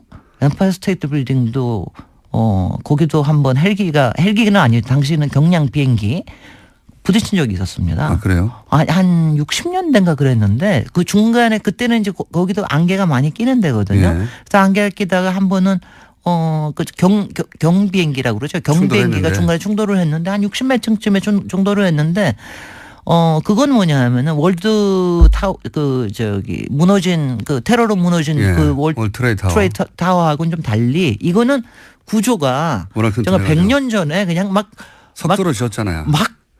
그야말로 싸서 지은 겁니다. 물론 철근 콘크리트로 하긴 안 했지만 무너질 것 같아요. 딱 보면. 그러니까 하면은 옆에만 부서졌습니다. 그냥. 예. 부서졌는데 이제 그랬고요. 그러니까 그런 안전의 위험을 가지고 하기가 그렇게 쉽지가 않거든요. 근데 이제 특히 이거를 2009년에 허가를 받았는데 당시에 그 전후 해가지고 또 우리나라에도 한번 문제가 있었어요. 초고층에 헬기가 예. 부딪히는 문제가 있었거든요. 현대 그거는 역삼동인가 삼성동인가에서 부딪혔는데 그런 문제도 있고 그래서 굉장히 안전에 대한 문제가 심각할 때 이걸 내준 거예요. 민간 비행기도 아니고 공군기가 안 된다는데요. 아니 여기 비행기 전용기가 대통령 전용기가 뜨는 데입니다. 그리고 외국에서도 국빈들 오시면 여기 내리는데. 공군 기지인데. 아니 그러니까 이렇게 생각을 하시면 그러면 이제 당연히 이렇게 생각하는 사람들은 그럼 그걸 해주고 그러면 그 거래의 대가는 뭐야? 글쎄. 이렇게 생각하게 되는 거죠. 네. 예. 그러니까 이제 그 중에서도 또 하나가 아주 이제 심각하게 정한 게 이게 3도만 틀었어요. 예. 이제 활주로를 3도를 틀어가지고 거리를 조금 더 확보를 했는데 그 거리조차도 미국의 기준에 의하면은 좀 짧습니다. 그런데 그 전에도 사실은 노무현 대통령도 상당히 좀 이걸 좀 어떻게 해줘 보려고 노력을 예. 했었어요. 예. 그래서 그거를 갖다가 7도를 트는 안으로 가지고 했습니다. 여러 가지 검토를 했다고 들었습니다. 7도를 틀었는데 그때도 공군에서 반대를 했기 때문에 결국은 예. 못 해주겠다 이거는 아니, 뭐 이렇게 얘기를 한 거고요. 공군이 국방을 이유로 네. 안보 문제를 이유로 안 된다고 하면 네. 대통령이 그거 뭉갤 수가 없어요. 당연히. 그래서 다 안 됐던 건데. 그래서 저 그때도 안이 뭐였냐면 10도를 트는 안을 가져왔습니다. 네. 그러니까 10도를 트겠다면 조금 더 안전할 거 아니겠어요? 근데 10도를 트는 거하고 3도를 트는 안하고 이걸 이제 어차피 비용은 롯데가 내는데 이게 1조 2천억 원 차이가 납니다. 그러니까 1조 2천억 원을 롯데가 또 세이브했군요. 그냥 세이브를 한 거죠. 그러니까 그 1조 2천 원 정도를 세이브를 했다면 틀려면은 또 10도 정도 틀면 좀 더 나았을 텐데 그것도 좀 틀고 말았군요. 돈 아니요, 때문에. 10도를 틀면은 엄청나게 그러니까 그게 한 거의 2조쯤 됐고요. 3도를 틀면은 한 9천억 원인가 뭐 이렇게 해가지고 거기서 또 1조 이상을. 거기서 1조 이상을 또 남긴 겁니다. 아하. 그러니까 그런 정도쯤 되면은 뭐가 야류가 없지는 않았을 수 있다는 느낌적인 느낌이 아니라 확신이 드는 거죠. 그러니까 그런 생각이 근데 뭐 때문에 그렇게 해줬을까 도대체 더군다나 네. 돈 이게 때문이죠. 돈 때문에. 대통령이 당선되고 난 다음에 첫 해에 벌써 검토가 시작이 됐습니다. 1년 만에 허가를 내줬거든요. 그때 당시 되자마자 대기업들은요 그동안의 민원들 네. 꼭 해결하고 싶은데 해결하지 못했던 민원들을 다 들고 갔다는 얘기가 있어요. 글쎄요. 그래서 특히 롯데하고의 관계는 굉장히 많이 특이했죠. 이거 당선자 시절에 롯데 시내에 있는 롯데 호텔에 예. 뭐 몇 층을 한 층을 다 뭐 썼다고 그러기도 하고 롯데 호텔은 왜 무슨 일만 있으면 롯데 호텔 얘기가 나오는 겁니까? 김어준 부장장도 롯데 호텔 좋아하시잖아. 뭐 하면 롯데 호텔로 날아갔다 뭐가 이런 얘기 잘 하시잖아. 저는 거기 가서 뷔페 먹은 일밖에 없어요. 올라가 본 적은 없어요. 아니 근데 네. 롯데라는 이름이 네. 솔직히는 박정희 때부터 해가지고 전두환 김영삼 이명박까지 그리고 지금 박근혜 저기 때까지 네. 안 낀 적이 없습니다. 솔직히 모든 편법과 특혜와 그리고 그 뒤에 있을지 모르는 또 다른 비읍자가 항상 결부되어 있는 거예요. 근데 이게 솔직히는 저는 제가 트위터에도 그렇게 날렸지만 신격호 회장과 이명박 대통령이 둘이 합작으로 만든 괴물이라고 생각은 저는 하는데 이렇게 신격호 회장이 한 30년 동안 이 100층 이상을 짓고 싶어 했거든요. 그래서 롯데는 네. 여기뿐만이 아닙니다. 다른 데도 부산에도 지금 부산시청 했던 땅을 사가지고 거기에도 100층 이상 짓겠다고 계획을 갖고 있었고요. 이게 처음으로 이제 저희가 된 거죠. 근데 100층 이상을 짓고 나니까 항상 이런 거 짓고 나면은 저주가 생긴다는 얘기를 하냐. 바벨탑의 저주라고 그럴까 이런 게 생긴다. 롯데 지금 무너지고 있는 거 보세요. 많이 여러 가지 무너지잖아요. 그 비리 문제는 네. 예. 비리 의혹 문제는 이제 정치권에서 다룰 문제고 네. 혹시 건축학적으로 평가하면 어떻습니까? 일단은 안전 문제에 있어서 네. 지금 지진이나 이런 것 때문에 많이 걱정하시고 그랬는데 네. 저는 솔직히는 월드 트레이드 센터 같은 그런 항공 사건 빼놓고는 네.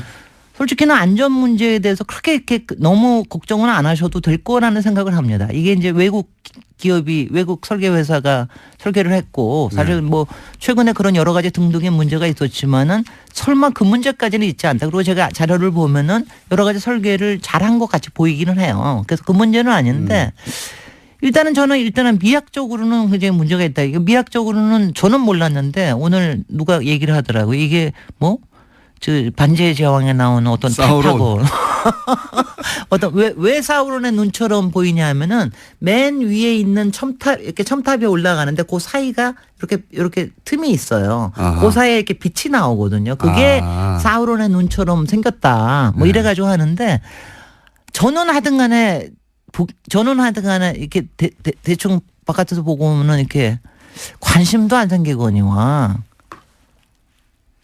그냥 되게 고개를 돌리고 갑니다. 아니 보고 싶어야 되는데 이런 거는 사실은 그잖아요. 뭐랄까요 안타까운 일이죠. 그게 굉장히 안타까워요. 이 정도 높이와 이 정도 건축이 그렇게 이제 부패를 염두에 두고 바라보게 된다는 것은 네.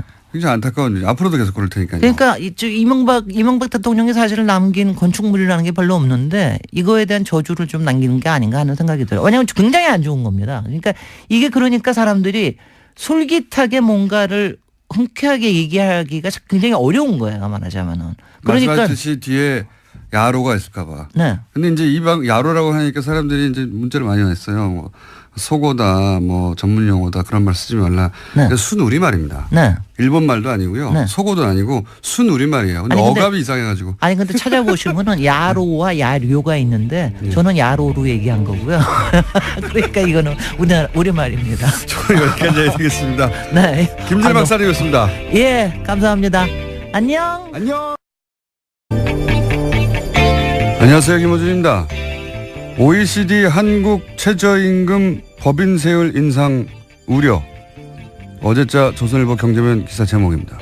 OECD가 한국의 최저임금과 법인세 인상을 우려하며 노동개혁을 촉구했는데 국제기구가 정부 정책 방향을 조목조목 비판한 것은 이례적이다. 기사 내용입니다. 이런 보고서는 건조한 분석만 하기 마련인데 특정 정부의 특정 정책을 조목조목 비판했다. 그런데 그런 소식을 전하는 게 조선일보다. 그래서 보고서를 찾아봤습니다. 아니었습니다. OECD 경제 전망이라는 제목의 보고서 중 한국 파트 168페이지부터 188페이지까지 3페이지 중 최저임금 부분 요약은 이렇습니다. 한국 정부의 소득주도 성장 정책으로 가구의 소득 형상과 소비가 부양될 것으로 기대되고 반도체 등 주요 산업 이외 부분까지 확대되는 수출 회복세 그리고 정부 혁신으로 보다 빠른 성장이 전망된다. 하지만 생산성 혁신이 동반되지 않고 최저임금만 인상된다면 경쟁력을 약화시킬 수 있다. 노동개혁이라는 문장은 아예 없고 법인세 부분은 긍정적인 경제 전망과 그에 따른 리스크 부분을 설명하며 소기업의 경우 법인세 인상은 기업 투자를 약화시킬 수 있다. 한 문장 드라이하게 병렬하고 있을 뿐입니다. 이게 무슨 이례적인 조목조목 비판입니까? 아주 전형적인 보고서일 뿐만 아니라 다른 국가도 똑같은 포맷이고 게다가 한국편은 전반적으로 긍정적인 전망입니다. 조선일보가 괜히 조선일보가 아닙니다. 김원준 생각이었습니다.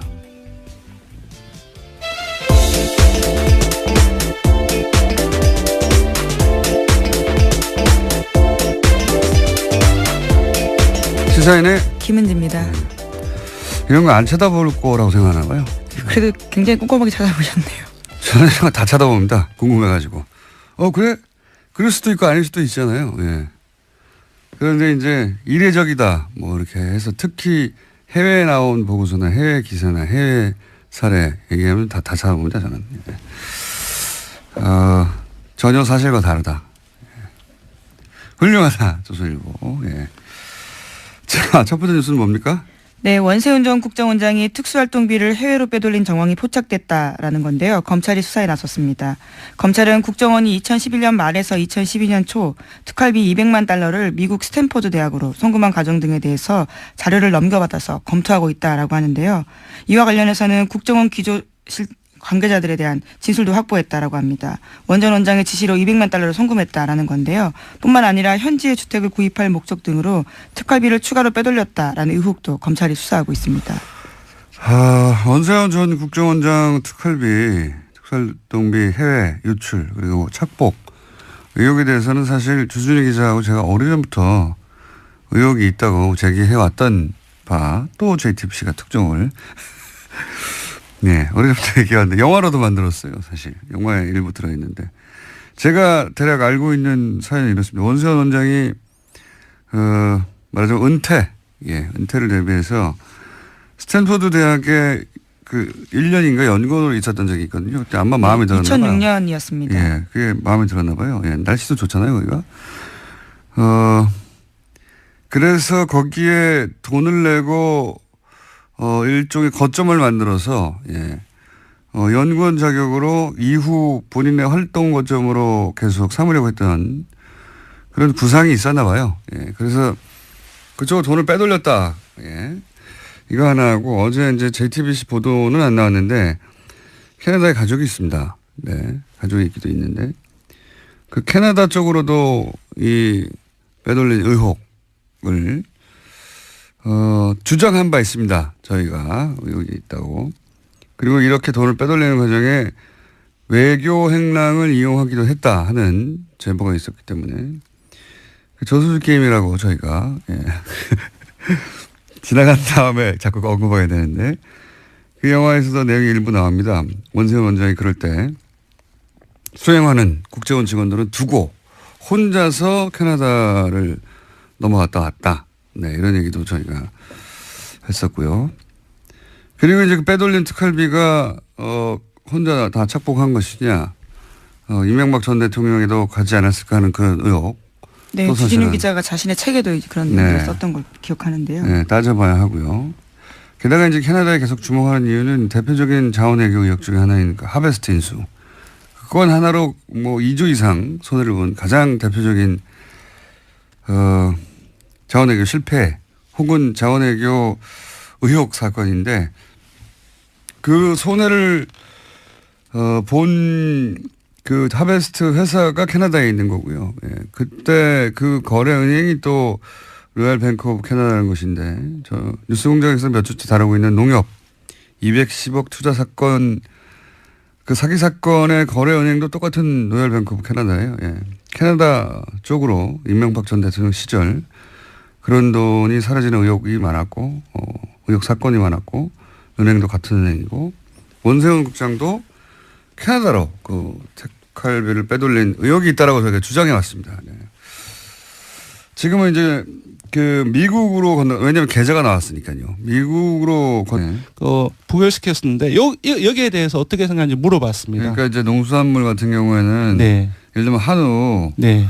10만 원 정도 선물할 수 있게 하자. 맞습니다. 한마디로 말하자면 그거거든요. 예, 5만 설날도 원에서. 다가오고 그런 얘기가 많이 나오고 있는데 정부에서도 관계부처가 이렇게 올리는 방향을 이제 제시를 했던 거죠, 사실상. 근데 기존 사무직 규정을 예외 없이 엄격 규정해야 된다가 47.7%, 농축수산품 한정 선물 사항의 인상 찬성이 47.4%가 나왔습니다. 완전 절반으로 갈렸네요. 완전 팽팽하게 맞서고 있습니다. 근데 그래서 조금 찾아봤어요. 저희들이 이 그 현안에 대해서 상당히 많은 조사를 했습니다.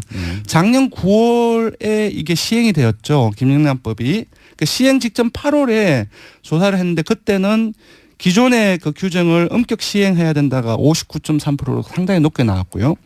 그리고 올해 2월에 다시 논란이 되었을 때 50, 10 이런 식으로 상향 조정했을 때는 어떻게 생각하느냐 물어봤는데 찬성이 49.6%로 내렸습니다. 그러니까 요번에는 거기에다가 농축수산품에 한정해서 선물만 10만 원 올리자라고 했기 때문에 전반적으로 이런 어떤 조정하는 여론이 조금씩 상승하고 있는 흐름을 보이고 있습니다. 10만 원이 너무 적다고 생각하는 분들도 있고 네네. 그리고 특히 농수산물 정도는 그렇게 하는 게 해야 하는 거 아니냐 이렇게 생각하는 분들도 있는 예, 거예요. 민주당 지지층에서조차도 민주당 지지층에서도 그 농수산물 한정에서는 그 올리는 게 맞다 그런 의견이 많이 이해갑니다. 나왔습니다. 예를 들어 40, 50대 뭐 개인 사업을 한다든가 이런 분들 네네.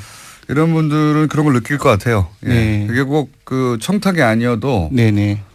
선물을 하고 뭐 고마움을 표시하고 싶은데 액수가 너무 적다 이렇게 생각하는 40, 50대 사업하는 분들이나 성인들이 있을 수 있습니다. 예. 네, 그런 부분들이 많이 있는 것 같습니다. 20, 30대는 여기 반대하고 네. 40, 50대 연령대로 보자면 그렇게 갈리는 것도 예, 있죠. 전반적으로 보수적인 어떤 성향, 진보적인 성향이 조금 갈리는 것은 맞습니다. 이제 보수적인 성향은 어떤 상향 조정을 찬성하는 거, 그리고 진보적인 성향은 어떤 엄격 적용을 의사한데 약간 조금 다릅니다. 다른 이슈와 다르게 좀 혼재되어 있습니다. 저는 세부적으로 나이가 훨씬 더 중요한 변수인 것 같아요. 지역보다 네. 이거는. 네. 사회 직업도 경험이나. 그렇고요. 네, 직업이나. 네. 네. 입장이 다른 거죠. 여기까지 하겠습니다. 조사 기간은요? 네, 조사 결과를 드리겠습니다. 이번 주정조사는 TBS 의뢰로 이번 주 월요일부터 수요일까지 전국 19세 이상 성인 1,512명을 대상으로 했습니다. 유무선 전화면접과 전원검사 혼용 방식으로 했고요. 표본 오차는 95% 실수는 플러스 마이너스 2.5%포인트였습니다. 응답률은 5.5%이고요. 현안 조사는 TBS 뉴스공장 의뢰로 어제 하루 동안 실시했습니다. 성인 505명을 대상으로 실시했고요. 표본 오차는 플러스 마이너스 4.4%포인트였습니다. 리얼미터 권순정 조사분석실장이었습니다. 감사합니다. 고맙습니다. 이 음악 다들 아시죠? 한 3번 정도 코너가 완전히 사라질 뻔하다가 잠시 후에 너무 재밌다고 다시 대폭발하기도 하고 이상한 코너입니다. 더불어민주당 안민석 의원 나오셨습니다. 안녕하십니까? 네, 안민석 의원입니다. 오늘은 이야기 없나요? 뒤에? 누구 어떤 안민석? 디그니티, 엘레강스, 저를 흔들지 말아주세요. 총수. 자유한국당 김성태 의원님 나오셨습니다. 네, 안녕하세요. 김성태입니다. 네. 다른 이야기 전에 이제 공적인 사안이자 또 저희 게스트가 직접 연결된 사안이자 이 얘기부터 하지 않을 수가 없습니다. 다른 이야기 많지만 자유한국당의 원내대표 경선이 지금 한창입니다. 모르시는 분들은 모르실 텐데 자유한국당에서는 굉장히 중요한 지금 이슈죠. 누가 원내대표가 되는가. 근데 거기에 이제 김성태 나와 계신 김성태 의원이 3선으로는 유일하게 출마해서 자타 공이 현재 기준으로는 가장 유력한 원내대표 뭐랄까요 후보 당선 후보 예상 후보로 지금 거론되고 있습니다. 어떻게 보시면 안민석 의원님? 제가 일단 관전평을 말씀드려볼게요. 네. 뭐 먼저 이제 남의 집안일에 대해 가지고는 별로 제가 관심은 없는데 관심이 항상 많지 않으십니까? 역시 국민들 역시도 네. 지금 이 자한당 원내대표 선거에 대해서 관심이 별로 없어요. 왜냐하면은 국민들이 지금 하라는 것은 과감하게 과거에 대한 청산, 적폐청산을 하려는 것인데 자한당이 계속 발목을 잡는 이런 짓을 하고요. 특히 이제 국회 부의장이라는 분이 신모 부의장이라는 분이 문재인 대통령을 내란죄로 고소하겠다는 이제 그런 이제 막말을 하지 않았습니까? 사실은 제가 볼 때는 과거에 성군 같은 우리 조선의 그 군주들 세종이나 정조 같은 그런 정도 수준의 민심의 지지를 얻고 있는 대통령이 문재인 대통령이고요. 지금 200일 되었는데 지금까지 70%대의 지지율을 유지하고 있다는 것은 이 민심을 반영하는 것이고 이 민심이 문재인 대통령을 지지하는 것은 적폐청산에 대한 지지 그리고 과감한 독하게 청산해달라는 그거거든요. 그런데 이런 대통령을 향해서 내란죄로 고발하겠다고 하는 정도의 그리고 이런 국회 부의장의 발언에 대해 가지고 자유한국당에서는 오히려 속으로 은근히 잘했다고 또 표정 관리를 지금 하고 있어요. 이런 정당이 지금 원내대표를 뽑고 있는 것에 대해서 국민들이 관심을 둘 리가 없죠. 그러나 단지 김성태 의원님이 지금 출마를 하신다고 하니까 제가 그래도 살짝 관심은 가지겠는데 지금 그리고 오늘 재밌는 뉴스가 하나 있는데 대부분 잘 다루지 않아서 잠깐 말씀드리면 발리에서 화산 폭발 네, 그렇죠. 인도네시아 발리에서 화산부나 일어나서 공항이 폐쇄됐습니다. 네. 외교부에서 최초라고요. 최초로 그 자국민 귀국용으로 전 세계를 보냈는데 최초인데 크게 보도가 안 되더라고요. 네, 어제 문재인 대통령이 관련된 지시를 했고요. 오늘 아시아나 항공을 통해서 전 세계를 운항하기로 했다고 합니다. 아시아나가 갔다는 얘기만 하고 그게 외교부에서 직접 보낸 최초의 전세기입니다. 우리나라 자국민 귀국시키려고.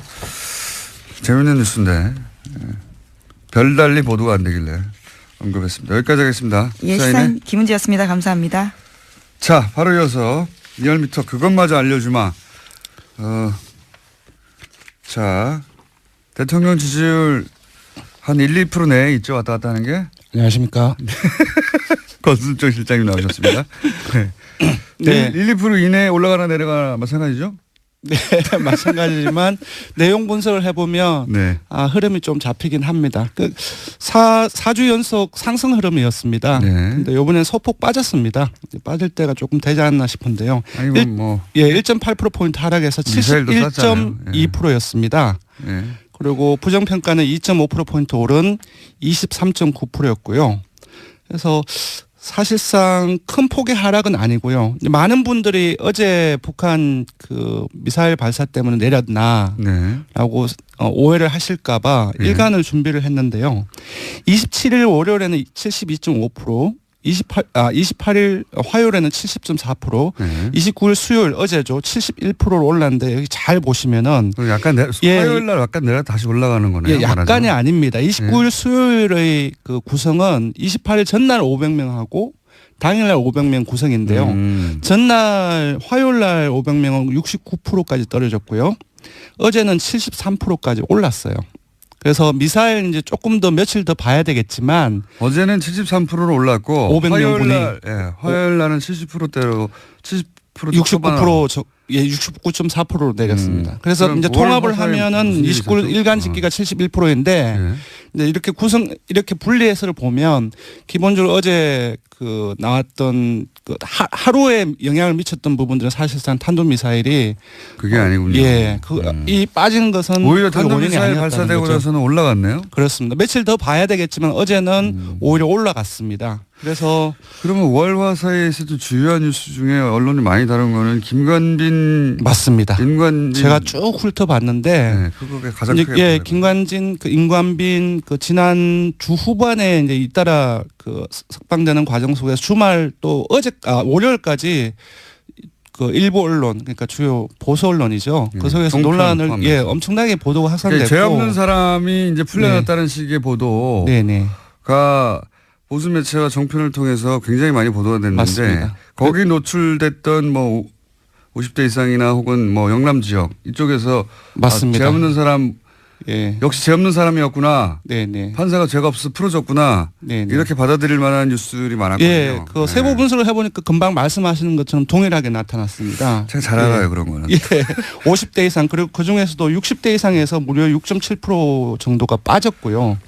예, 보수층에서도 많이 빠졌고, 예, 주로 근데 그렇게 이제 보수 보냈습니다. 매체가 사실상 종편까지 해서 총동원된 거 치고는 그렇게 많이는 안 빠졌네요. 예, 그래서 이 논란 자체가 그 기본적으로 보수층에는 많은 영향을 미치지만 오히려 진보층을 중심으로 해서 문 대통령 핵심 지지층에서는 오히려 상승 효과를 가지고 있는 것 같아요. 그러니까 핵심 지지층을 보면은 19대 대선에서 문 후보를 찍었던 사람은 무려 94.6%가 어제 일간 기준 나왔습니다. 상당히 높은 수치입니다. 거의 최고 수준입니다. 그쪽에서는 김관진, 인관빈 석방에 대해서 야 이거 큰일 났다라고 그렇습니다. 생각해서 결집하는 것이고. 네네. 예. 그래서 그렇군요. 예 그렇습니다. 예 정당을 간단하게 소개해드리면은 민주당 역시 0.5%포인트 하락해서 51.3%고요. 떨어진 그 지역이라든지 연령은 거의 대통령과 거의 비슷합니다. 60대 이상 보수층 영남 뭐 이런 맞습니다. 자유한국당은 2.2%포인트 상승해서 18.6%이고요. 아마 일종의 이제 금방 말씀드렸던 그 논란, 그 보도의 확산, 그 영향을 반사의 이게 아닌가 싶고요. 바른정당은 0.4%포인트 하락해서 5.1% 거의 변화가 없다고 봐야 될 것 같고요. 정의당이 많이 빠졌습니다. 지난주에도 상당히 주 초중반까지 상승세를 거의 7%까지 갔다가 주 후반에 확 떨어졌거든요. 그런데 이번 주 수요일까지도 계속 하락해서 1.4%포인트 하락해서 4.7%입니다.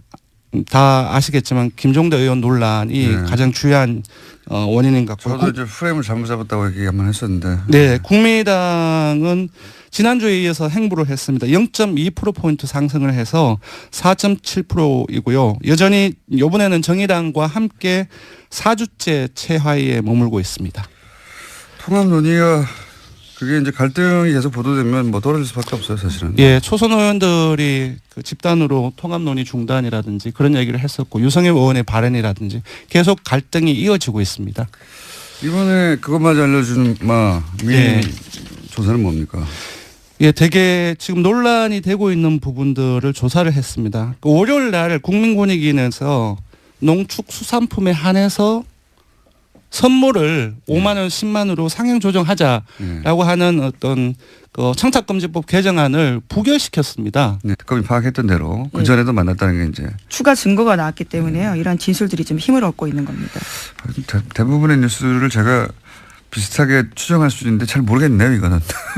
게다가 국세청이 왜 하필 12월 9일 예. 예, 직후예요. 예. 네, 12월 9일이면 그 탄핵안이 가결된 날입니다. 날인데 예. 가결된 당일날 국세청이 갑자기 세무서 했다는 것도 예, 당일까지는 아니고 그 직후라고 나오는데 예, 아무튼 그 시점입니다. 되게 이상하네요. 혹시 미리 국세청이 한번 훑어보고 이런 걸 조심하라고 이런 걸 대비하라고 하려고 그런 건가요? 뭔지 모르겠습니다. 특이한 시점입니다. 굉장히 후속 취재가 있어야 될 것 같은 사안이고요. 다음 뉴스는요? 네, 국정원의 댓글 공작 혐의 등으로 구속된 이종명 전 3차장도 법원에 구속적부 심사를 청구했습니다. 이 전 차장에 대한 구속적부심이 오늘 열리는데요. 신광열 부장판사가 맡고 있는 서울중앙지법 형사합의 51부가 심리를 진행합니다. 이곳은 김관진 전 장관과 인관빈 전 실장이 구속적부심을 담당했던 곳입니다. 야, 예, 국방부 전 장관과 국방부 전 실장, 사이버 사령부 댓글 공작 총 책임자 두 분은 석방이 됐고 이제는 이제 국정원의 댓글 공작 책임자들이 구속 적부심을 똑같은 곳에 신청했어요. 청구했어요. 이 3차장은 핵심 그 혐의가 외부에 네, 일종의 양지회라고 말씀드린 적이 있는데요. 오비들, 국정원 오비들을 활용한 국정원 댓글 작업에 수십억을 지급했다. 거기 책임자거든요. 예. 네, 그래서 지난달 18일에 영장이 나왔는데요. 영장 발부 사유는 이렇습니다. 범죄 혐의가 소명되고 증거인멸의 염려가 있어서 구속의 사유와 필요성이 인정된다라는 거였습니다.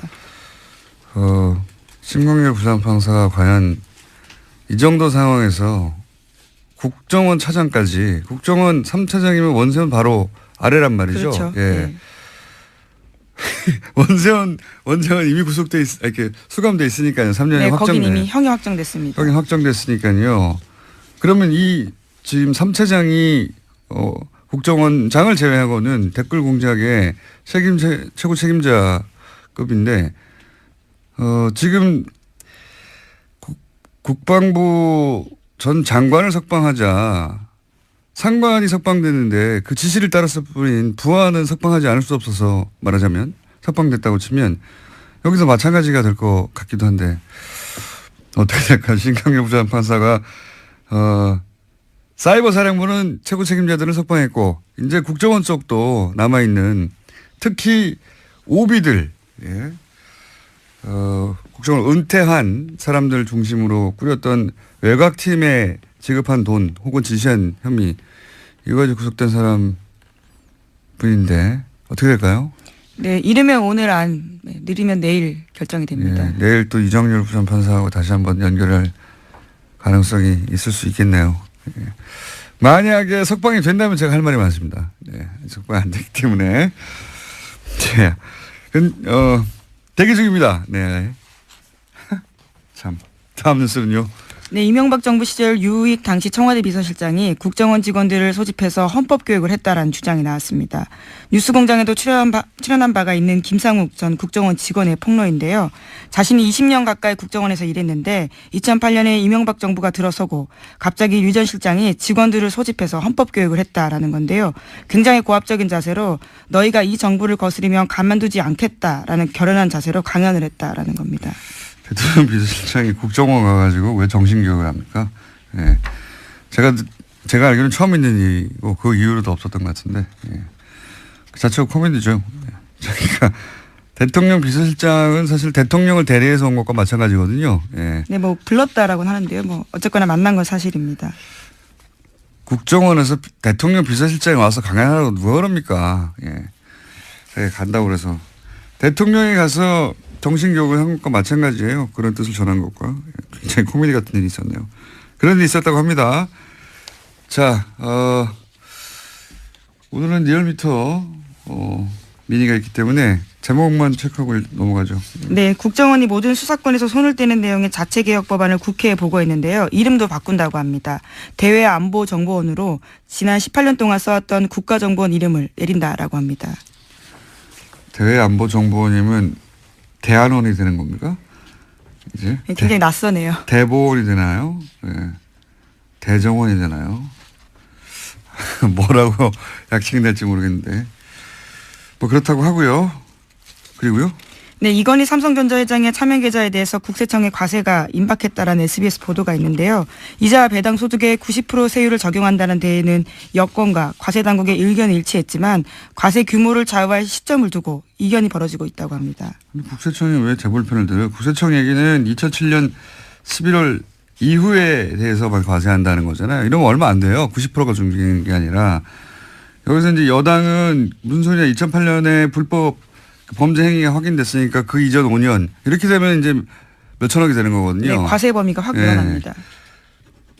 국세청은 세금을 줄이자고 하는 것과 마찬가지입니다. 예, 참 그런 일이 있습니다. 국세청은 세금 조금 퍼센티지는 중요한 게 아니고요. 예, 세금을 조금 내자고 기간 가지고 여당과 지금 다투고 있고요. 근로간 특활비에 대한 의혹이 이제 제기돼서 아마 수사가 진행되고 있는 것 같은데 네, 어제 압수수색했는데요. 강남 사무실과 원세훈 전 원장이 수감 중인 서울구치소 수용실에서 압수수색 진행됐습니다. 그래서 회계장부와 자료 그리고 개인 메모 등이 확보됐다라고 합니다. 박근혜 전 대통령 국정원 특활비는 뭐 미용 시술이다 또는 뭐 개인 주택 구입이다 이런 전형 의혹이 있고 수사 중인 상황이고 이명박 전 대통령 국정원 특활비로 추정되는 이 돈은 해외로 빼돌려진 의혹인데 이제 미국 얘기 나왔는데 앞으로 캐나다도 나올 수 있다. 그리고 그렇다면 규모는 이명박 전 대통령 쪽이 훨씬 더 클 수 있다. 네. 여기까지 해두죠. 예. 완전히 다른 이야기죠. 지금까지 나왔던 것과는. 예. 특활비를 어떻게 썼다가 아니라 해외로 빼돌렸다는 거 아닙니까? 아예. 네, 입금 자체는 사실이어서요. 이제 이것을 왜 했는지에 대해서 더 수사가 필요해 보입니다. 네. 국정원이 스탠포드 대학 특정 연구소로요. 네, 연구소에다가 돈을 20억이나 쏠 이유가 뭐가 있습니까? 예. 국정원이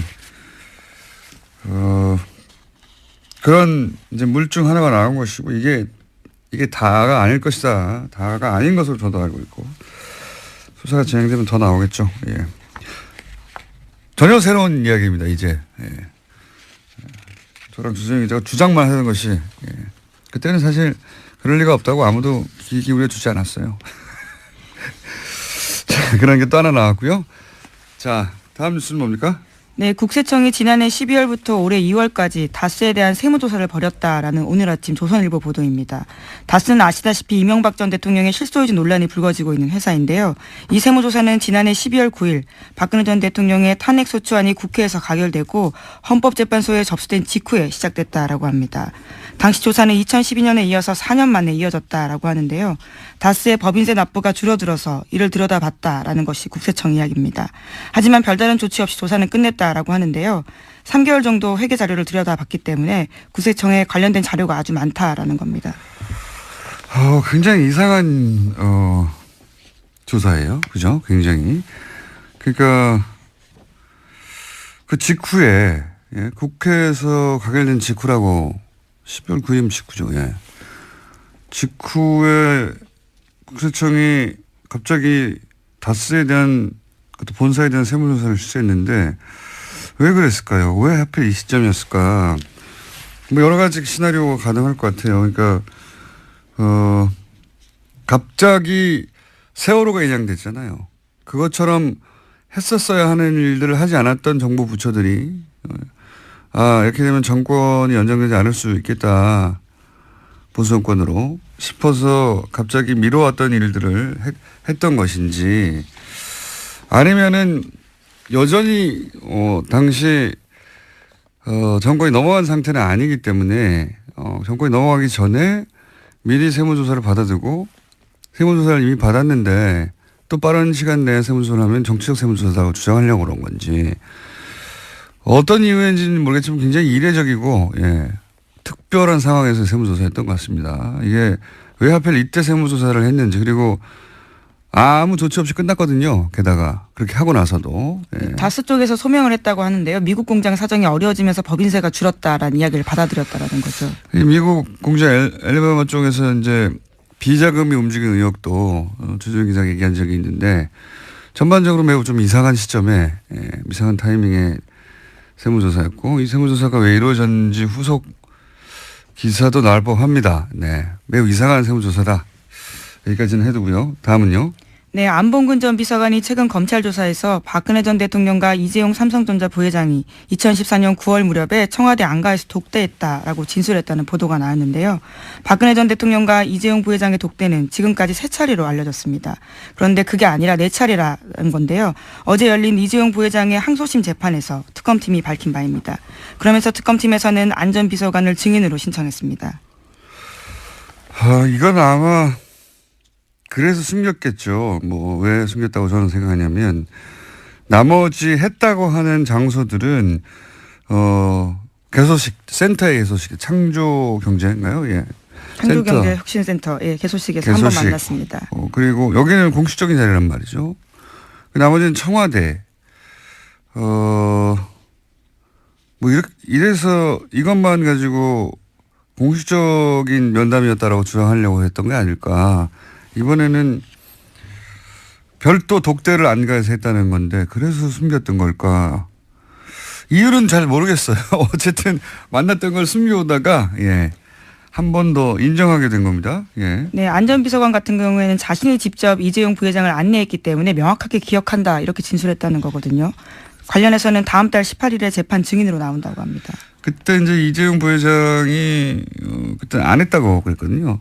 뭐 굳이 3번 만났는데 4번째 만나는 걸 안 했다고 말할 필요가 없는데 이때는 안가에서 독대했기 때문이 아닐까? 뭐 이런 생각을 하긴 합니다만 모르겠습니다. 도대체 이들은 무슨 생각하라고 그 바로 직전의 만남은 아마 전후에 그때 만났다고 하면 설명이 안 되는 시나리오가 있었겠죠. 네, 그게 뭔지는 모르겠어요. 예, 뭔지는 모르겠는데 특검은 이때 만났다고 주장했었죠. 네, 계속해서 주장했습니다. 네, 법원에서는 인정 안 했는데 이번에는 이제 특검의